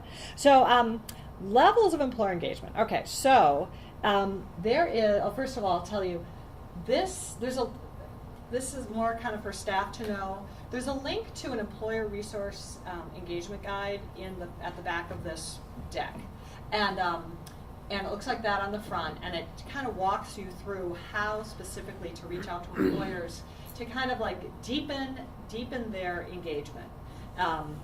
And because sort of at the most initial level, maybe you're just asking them to, not necessarily you, but let's say someone at a school, asking them to provide input into the curriculum. And then maybe you're asking them to provide internships or come and speak to the classroom or whatever. But ideally, this is all working up to a much higher and deeper level of engagement. Level 4 being, where they're involved in these sector partnerships or whatever you want to call them, career pathways, work-based learning, apprenticeship. There's more of a systemic way that they can connect. It's not just a one-off, I'll provide 5 internships this fall. And then multi-employer, multi-college, this is designed for college, multi-whatever entity is what you are ultimately looking for in terms of those strategic partnerships. I know there are, at this point, not that many employers in the room. How many are there? Who of you are employers? Over there. Okay. So, what would you say about, like, are you involved at any of these levels, or do you have anything to share about ways that you've been asked in your locality to become involved in workforce training programs, if you have been? Yes. Yeah, I guess one comment I would make on the engagement is sometimes it's not specific enough with the employer. So you end up kind of maybe in these early conversations of what are your needs, what are your problems, and then and no one listens, and then it gets kind of black holy. Uh-huh. And then it's like, well, we do an apprenticeship, so why, what? Okay. So I think it could be more structured and disciplined so that the employer, they don't have a lot of time. They want it to be clear and succinct, like, this is what we need to know from you, this is the kind of thing we want to do with you, this is what we would do for you, and this is what you would need to do for yourself. Yep. A little more color by number. Yep. Because nobody wants that, like, first date and then we never hear from somebody again. It's just not really good customer service, right? That is great feedback, and you are really right now sort of embodying the ways that the board can utilize its employer. When you're thinking, like, what happens at a board meeting? What do we do? You can ask when you have more employers in a room, ask them to design the outreach strategy. I mean, maybe you get some ideas from the book, but what you're saying is so insightful. And those of you who are kind of doing some of this outreach, kind of specifically talking to employers about what exactly does that outreach strategy look like? How can we make it more concrete and not make it seem like it's a black, what'd you say, first date and then black hole after that? Yeah. Thank you for that. Any other thoughts from the employers in the room or anyone else? Yes. Well, for the employers, it's kind of chicken and egg. I mean, I think there's jobs out there, I think almost any employer would take whatever interns or qualified kids were available. I have a pretty broad perspective between Bennington County and Rutland County. We have 6 ventures. We have roughly between 400 to 500 employees, depending on times of the season. We'll take 5, we'll take 20 college kids in the summer, or any time during the year if they have an off semester. But it just kind of ebb and flows. We'll have 30, 40, 50 high school kids. We have the relationships with the high schools, we have relationships with colleges, and they know that we have a good environment where they can be proud and like the work environment. So as we've gone along or survived Vermont, we tend to have a good amount of people coming to us. But we interact with the town managers and the local reps and the town, the other people. Because it's good for our business. But the bigger challenge is just having a supply of I think the governor kind of laid it out. Our population, or I think somebody at our table said that we had our birth rate last year in the state was as low as it was since the Civil War, and that we have 25% less seniors in high school than we had 10 years ago. There were some other data points. So I think this board, we can maybe flip our weakness, which is that Vermont is a very hostile environment for workers. And for businesses, but that maybe we can be bold and flip the paradigm to be dynamic with whatever we have here, and try to flip it to make it work in a more dynamic way to attract and create an environment for workers. So I guess that's what. Yeah. I mean, all these points are very good, and I guess for me, I'd rather see us get to the finish line of being more action versus talk. Yeah. That's great. Yeah. And just from my small vantage point. Yeah. And I think that's kind of what folks are planning to do. This is kind of a kickoff to the new day, is my understanding. So, you're making a good point and reminder about the declining youth population, which it's always important to go back to that and remember, you know, as I'm like mentioning things like internships, it's really true. You can't just be talking about high school and college kids. You're talking about people who are being trained, who maybe came from were unemployed but were recruited through a workforce center to come back into the workforce. You're talking about people in adult basic education programs. You're talking about people coming out of corrections facilities. All of those need some kind of training and support, but that you've got to be looking to those broader populations to meet the employer needs. Yeah. Anyway. So thanks for that. Any other question or comment? Yes. So I'm a business owner now, but I spent many years doing employer engagement, and the two important things that I've learned from that is that whenever you engage with an employer, it has to be time sensitive. So sensitive of their time, and also time sensitive to the marketplace, which always ebbs and flows. And also it has to be goal oriented. So an employer is not going to sit at a table even for an hour unless they know what the purpose of the meeting is. It's a little bit related to what Janet said, and that they know what outcome is, you know, what the outcome is going to be for that meeting. And as long as that's explained clearly as part of the invitation, this is the level of engagement we would like to see you have, this is what we're going to get accomplished, and then employers are ready to engage. And here's what you get out of it. Exactly. Yeah. Right, all of these conversations start with, we understand your challenge. We have the beginnings of an understanding, help us understand more, and here's what we can offer you. Which reminds me of you mentioned working with multiple town managers, multiple schools, and good for you, but you have an inclination to do that and maybe some staff capacity, and whereas other employers wouldn't. So that raises the point with me about kind of coordinating all this. You know, if in regions you have, there's got to be kind of coordination across schools, across career centers, across adult ed programs. There are other states where, let's say, they want to build work-based learning programs. All of those entities gather employers together in a place and design it with them. So there's one point of contact. There's, you know, their interns or workers, potential workers, trainees are coming from a variety of places and going to a variety of places, but there's one point of contact with those employers. So just another kind of model to think about, because that's a lot of work, it sounds like, what you're doing.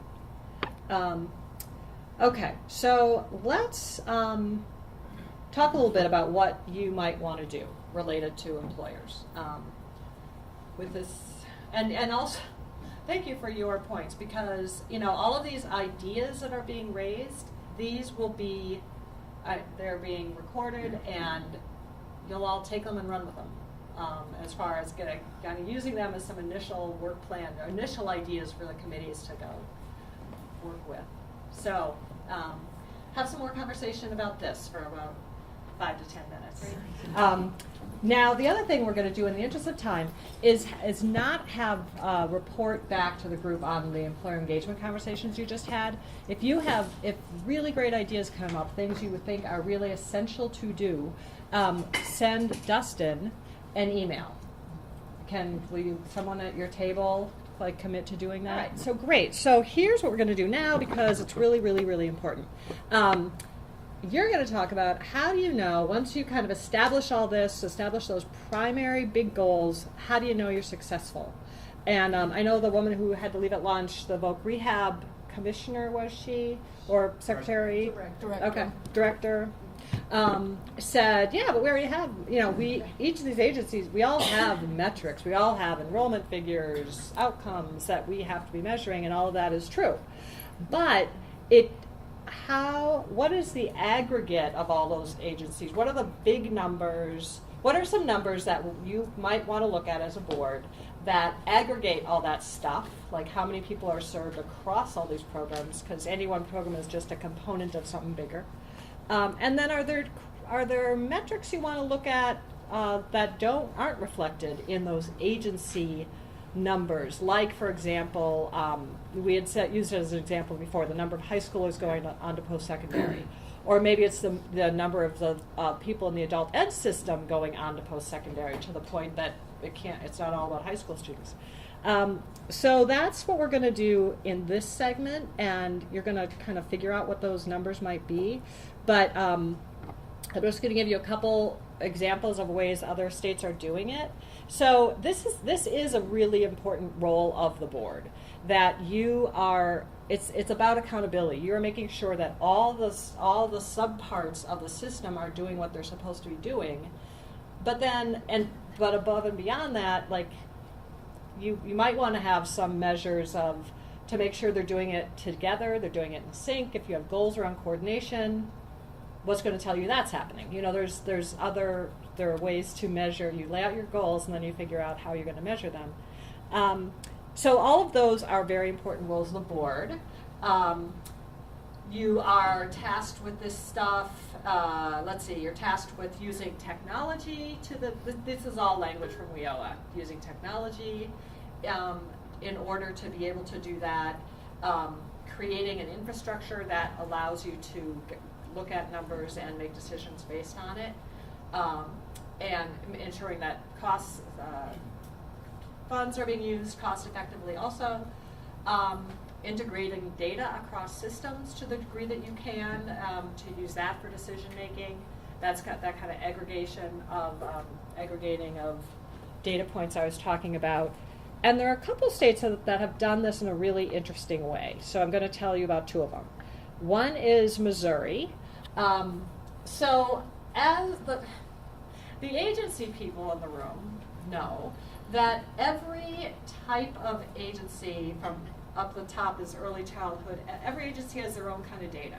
There's early childhood education data, there's K-12 data, there's data from the Department of, in this case, Department of Higher Ed, I forget what you call yourselves here in Vermont, but the 2 and 4 year graduation rates, demographics, etc., that flow from that.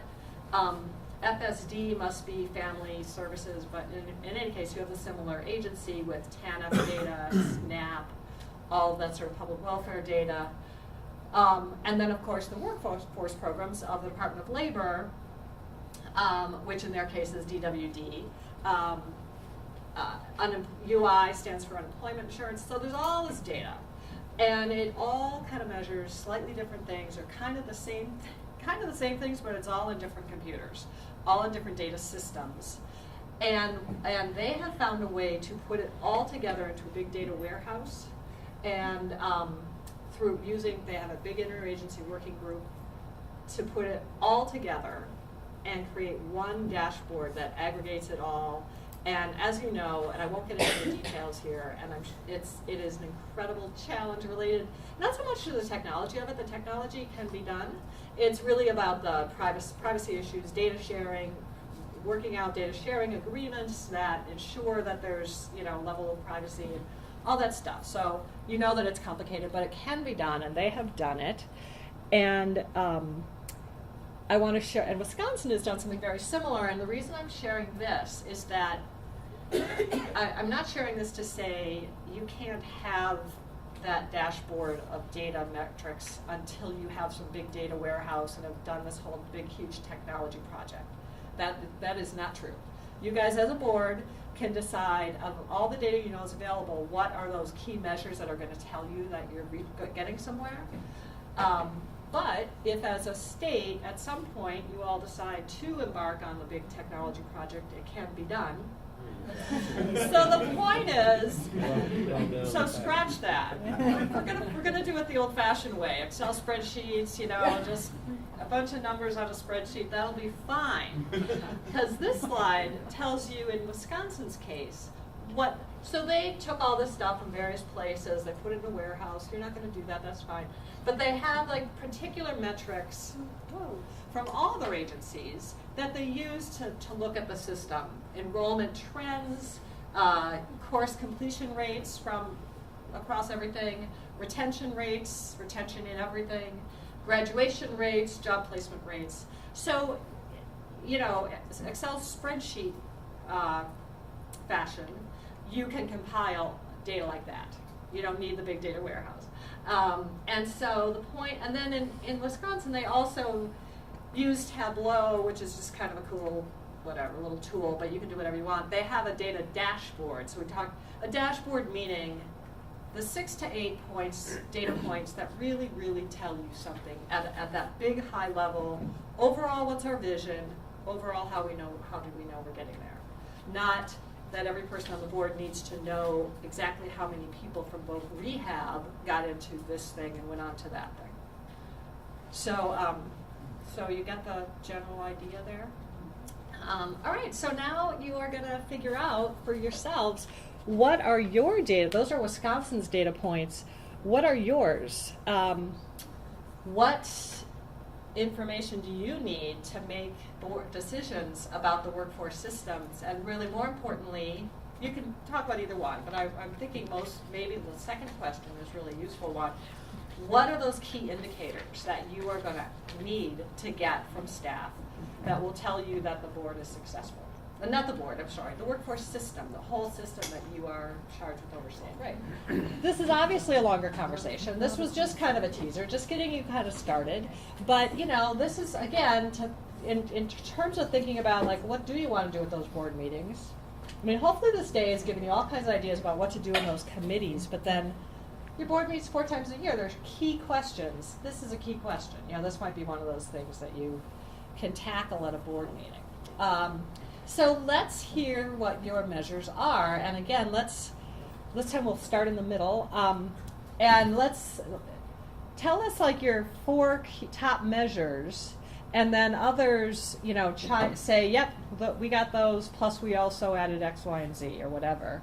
And Sophia, maybe it'd be good if could you take some notes on what everyone says in terms of what the measures are? So what about you guys? We're a bit of a tough bunch because we did not talk about specific measures. We went into a very deep conversation about leading and lagging indicators of the value of each. Oh, wow. Okay. You've got some like economists in the group or something.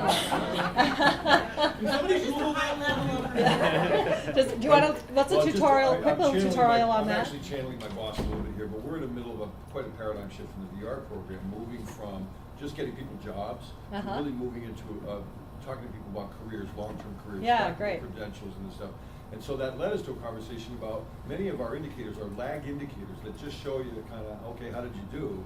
Versus lead indicators, which are what are our best guess about practices, services, things that we're providing that will get us to the lag. And sometimes lead indicators can actually be more valuable when you're thinking about policy and process and flow. All right. And lags. Just because lags are actually so just put that. him on the performance committee because he'll bring a level of sophistication. Well, and again, full disclosure, that's not my brain talking. Oh, sorry. Oh, I apologize. Just really good. Yes. Okay. You're also bad at taking credit. And I steal ideas. So he now set it up for what we're going to bring. Okay. Which is 20 some odd years ago, I was trained at AHS in outcome-based budgeting and decision-making with Mark Friedman. And when you're looking at all these data points of how many people did this and how many people use that system, it's the so what? Are they any better off for it? Yeah. So I don't think it's a good idea to just say how many people got this training. Or even how many people graduated from post-secondary. Yeah. But more like the completion of post-secondary, who moved into employment. Yep. We were trying to think of industry-recognized credentials. You know, it's great to know how many people got industry-recognized credentials, but of those, how many people got a job from it? And then you get into, how do you collect this data? Obviously, yes. You know, this data is not easy. Right. But the easy ones could be like the number of employers using the workforce development system with a positive experience. That's a good one. Yeah. So I think when we think of these things, we need to do the so what, you know. So we trained 50,000 people. So we might want to talk about are there less people? Are there less openings in jobs? But also, is it because they went through a training, or does one have anything to do with the other? Are we taking credit for something we didn't do? Yeah, no, those are all the right questions. Yeah, so put her on the committee too. Yeah, no, that's great. That's perfect. And also, you will quickly, obviously, as you know, run into those questions about like, oh, how do we measure that? Like, how many employers were involved? You probably can count that, but how many had a positive experience? Who knows? That then leads you to talking about, well, do we want to go out and have some surveys done? Who's going to collect the surveys? You know, I mean, that's all part of this task. You folks, what's your measure? Measures.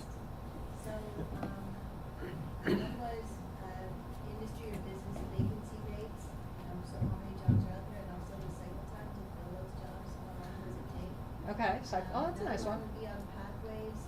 How many are implemented? How many people are participating? And then kind of customer results, meaning people on those pathways, where they end up, and is it good or bad? Yep. New job ads. We had a good conversation about full-time and part-time.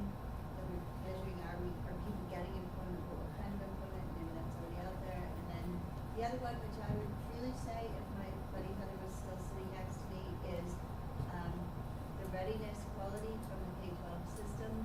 So it's not, we talk a lot about the social skills, but if they can't read and they can't do math, these pathways don't matter. And so we talk about things like graduation rates, but we don't have a quality metric on that. And we know it's a big problem, right? From our conversation of what we're seeing in the prison, the great act, why is CCB a booming college? Because it's doing remediation, right? So it's that quality metric. We're not going to get people on these career paths if they don't have the fundamentals of reading and math, in addition to the social. Great. Good idea. Yes? So if that's what adult education actually does, they can assess people's reading, writing, math, and that's part of what we need employers to know as well, is that there are these services available for free to students who need those basic skills.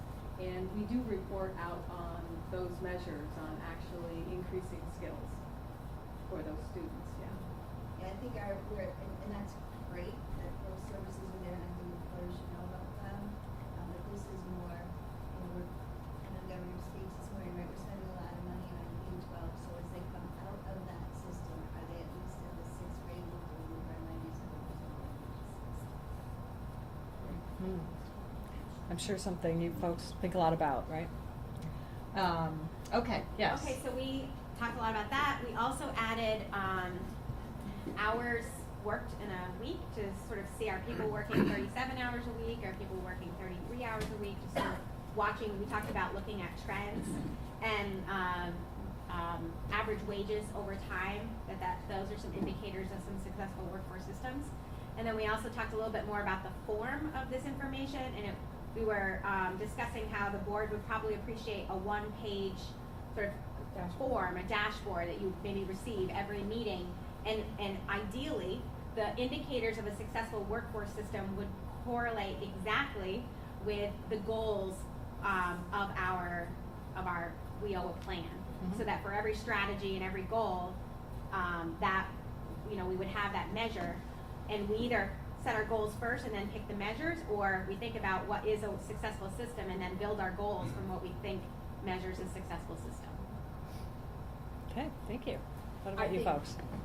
Sarah just said it, like we picked up the goals and said, what would we need to measure those goals? And I love the idea of a dashboard, like a one-pager where we can pick it up and say, there may be other things that we're measuring as well, but how are we doing with respect to the goals specifically?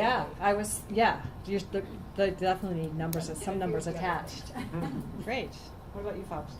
So a lot of the things that have been said, some specific things, labor force participation, very basic, right? So Sarah and I were I don't want to say elected, were appointed to affect the 6, and the governor for a long time used 3 numbers, 6, 3, and 1, 6 being 6 people we lose from our labor force every single day since 2009.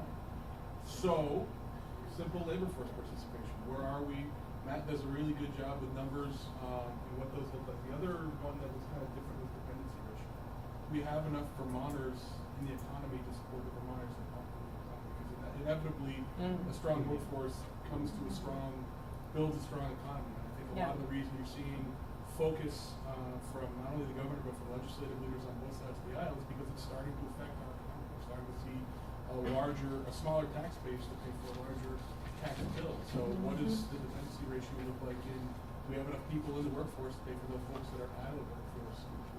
And one that was also different was number of young and capable workers. So are we starting to kind of bridge that gap from folks, from young people that are either leaving or not entering the workforce after they graduate high school and getting them into the workforce? Great. Okay, well, great. Those are all excellent, and hopefully gave you lots of good food for thought to continue the conversation, set the goals, at least for the plan. So it is now, we've reached the end, and there's another couple of minutes, and Lindsay and Frank are going to kind of talk about next steps and wrap us up. Try to wrap it up so you can get home. Thank you for traveling all the way here today and for making the time. I've been doing this for a long time. Kathy, probably similar in terms of years. It was the Human Resources Investment Council. When I was in the Dean administration, we started working on this. And it's changed. I know a lot of you have been with this over the years. Melissa certainly has been in various capacities.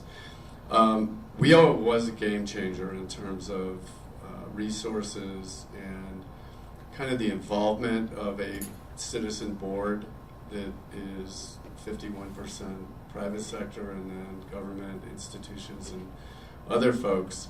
So to give you some context, I don't think that I totally understood where we were until maybe 9 months ago, somewhere in that process.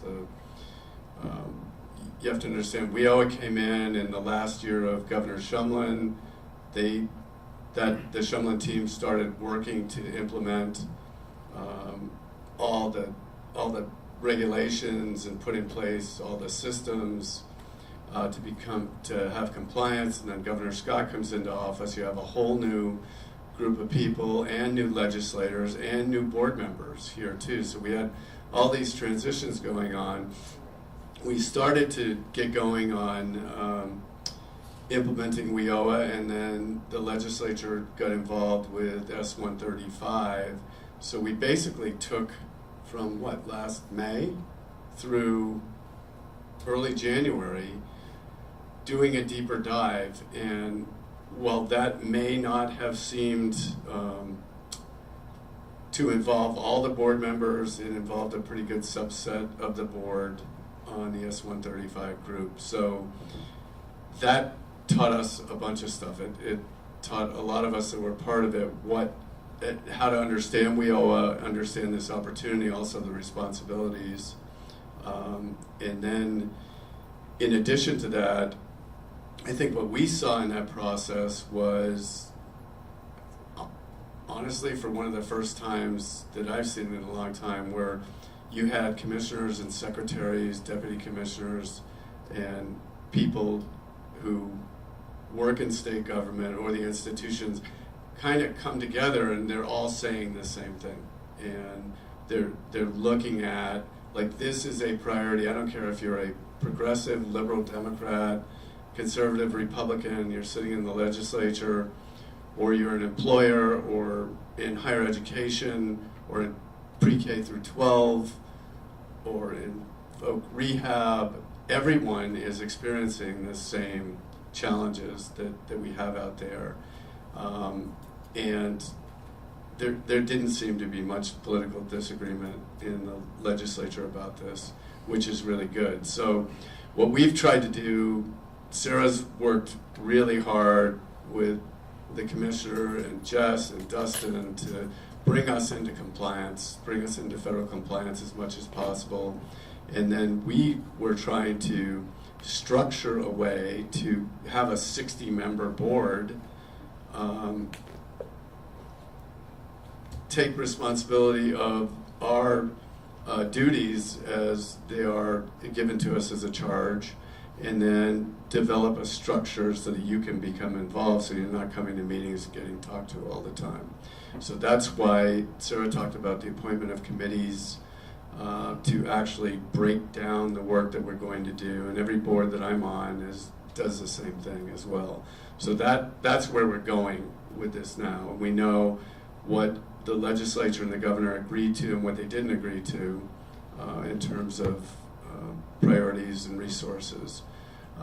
And lastly, I'll just say this. We do have a real ace in the hole in that Senator Leahy is watching this very, very carefully, as is Senator Sanders. And both of those United States senators are in very senior positions. Leahy is number 2 on the U.S. Senate Appropriations Committee. And I know for sure that Senator Leahy is communicating with Governor Scott personally on this. So they are talking with each other. And Senator Leahy is looking, there's no earmarks right now, but when you're that senior, there is a way to encourage departments and agencies and federal government to try some pilot projects. So those are the things that we're thinking of.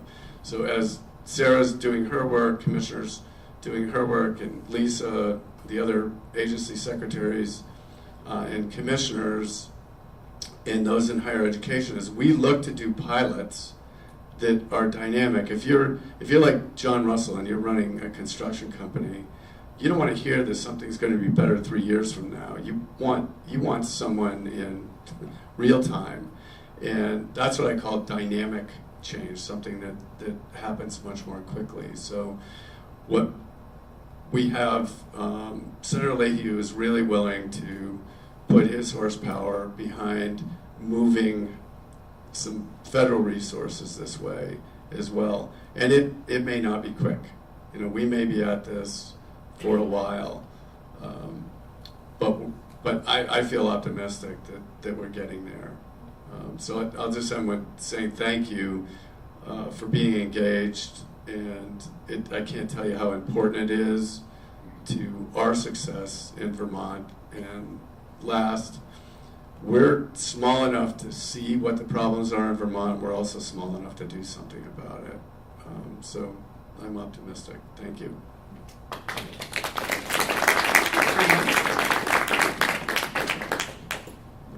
I'm really grateful for your leadership. Thank you so much. I know you all want to get out of here, and I just want to say it sounds like Jennifer, thank you.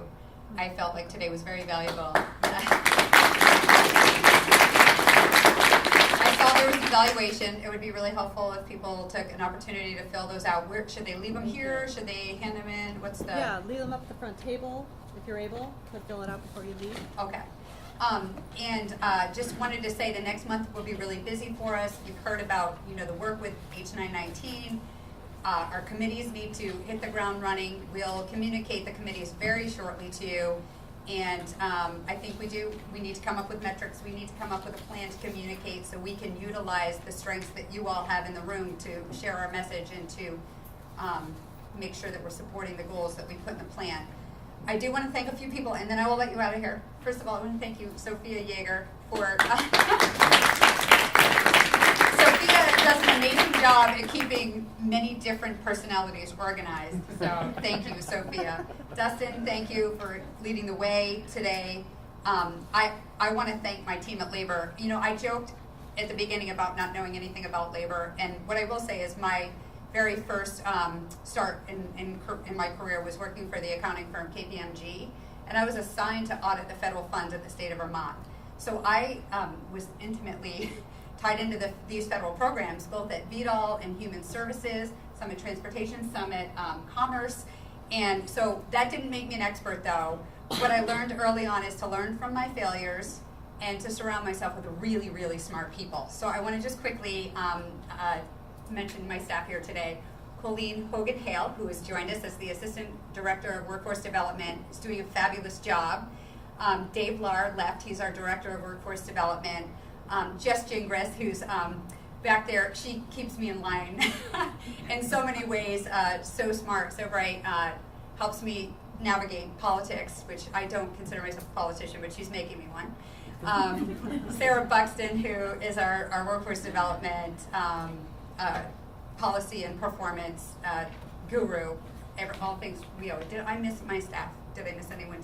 Matt Barowitz was here. Anyway, they are amazing, and they share the same passion I have and the passion you all have to make Vermont a better place. So thank you. And all of you, I just want to, again, thank you for being here. I really, really appreciate your time. As a small business owner myself, I understand what it feels like to be taken out of the office for a day, and I really look forward to changing how the board operates going forward and implementing some of these ideas that we had today. And I will just say to you that I really appreciate your input. So if any of you have the time and want to reach out to me and share ideas and share things that have helped you be successful, I would really be grateful, because I really do want to do a good job for Vermonters in helping build this workforce. So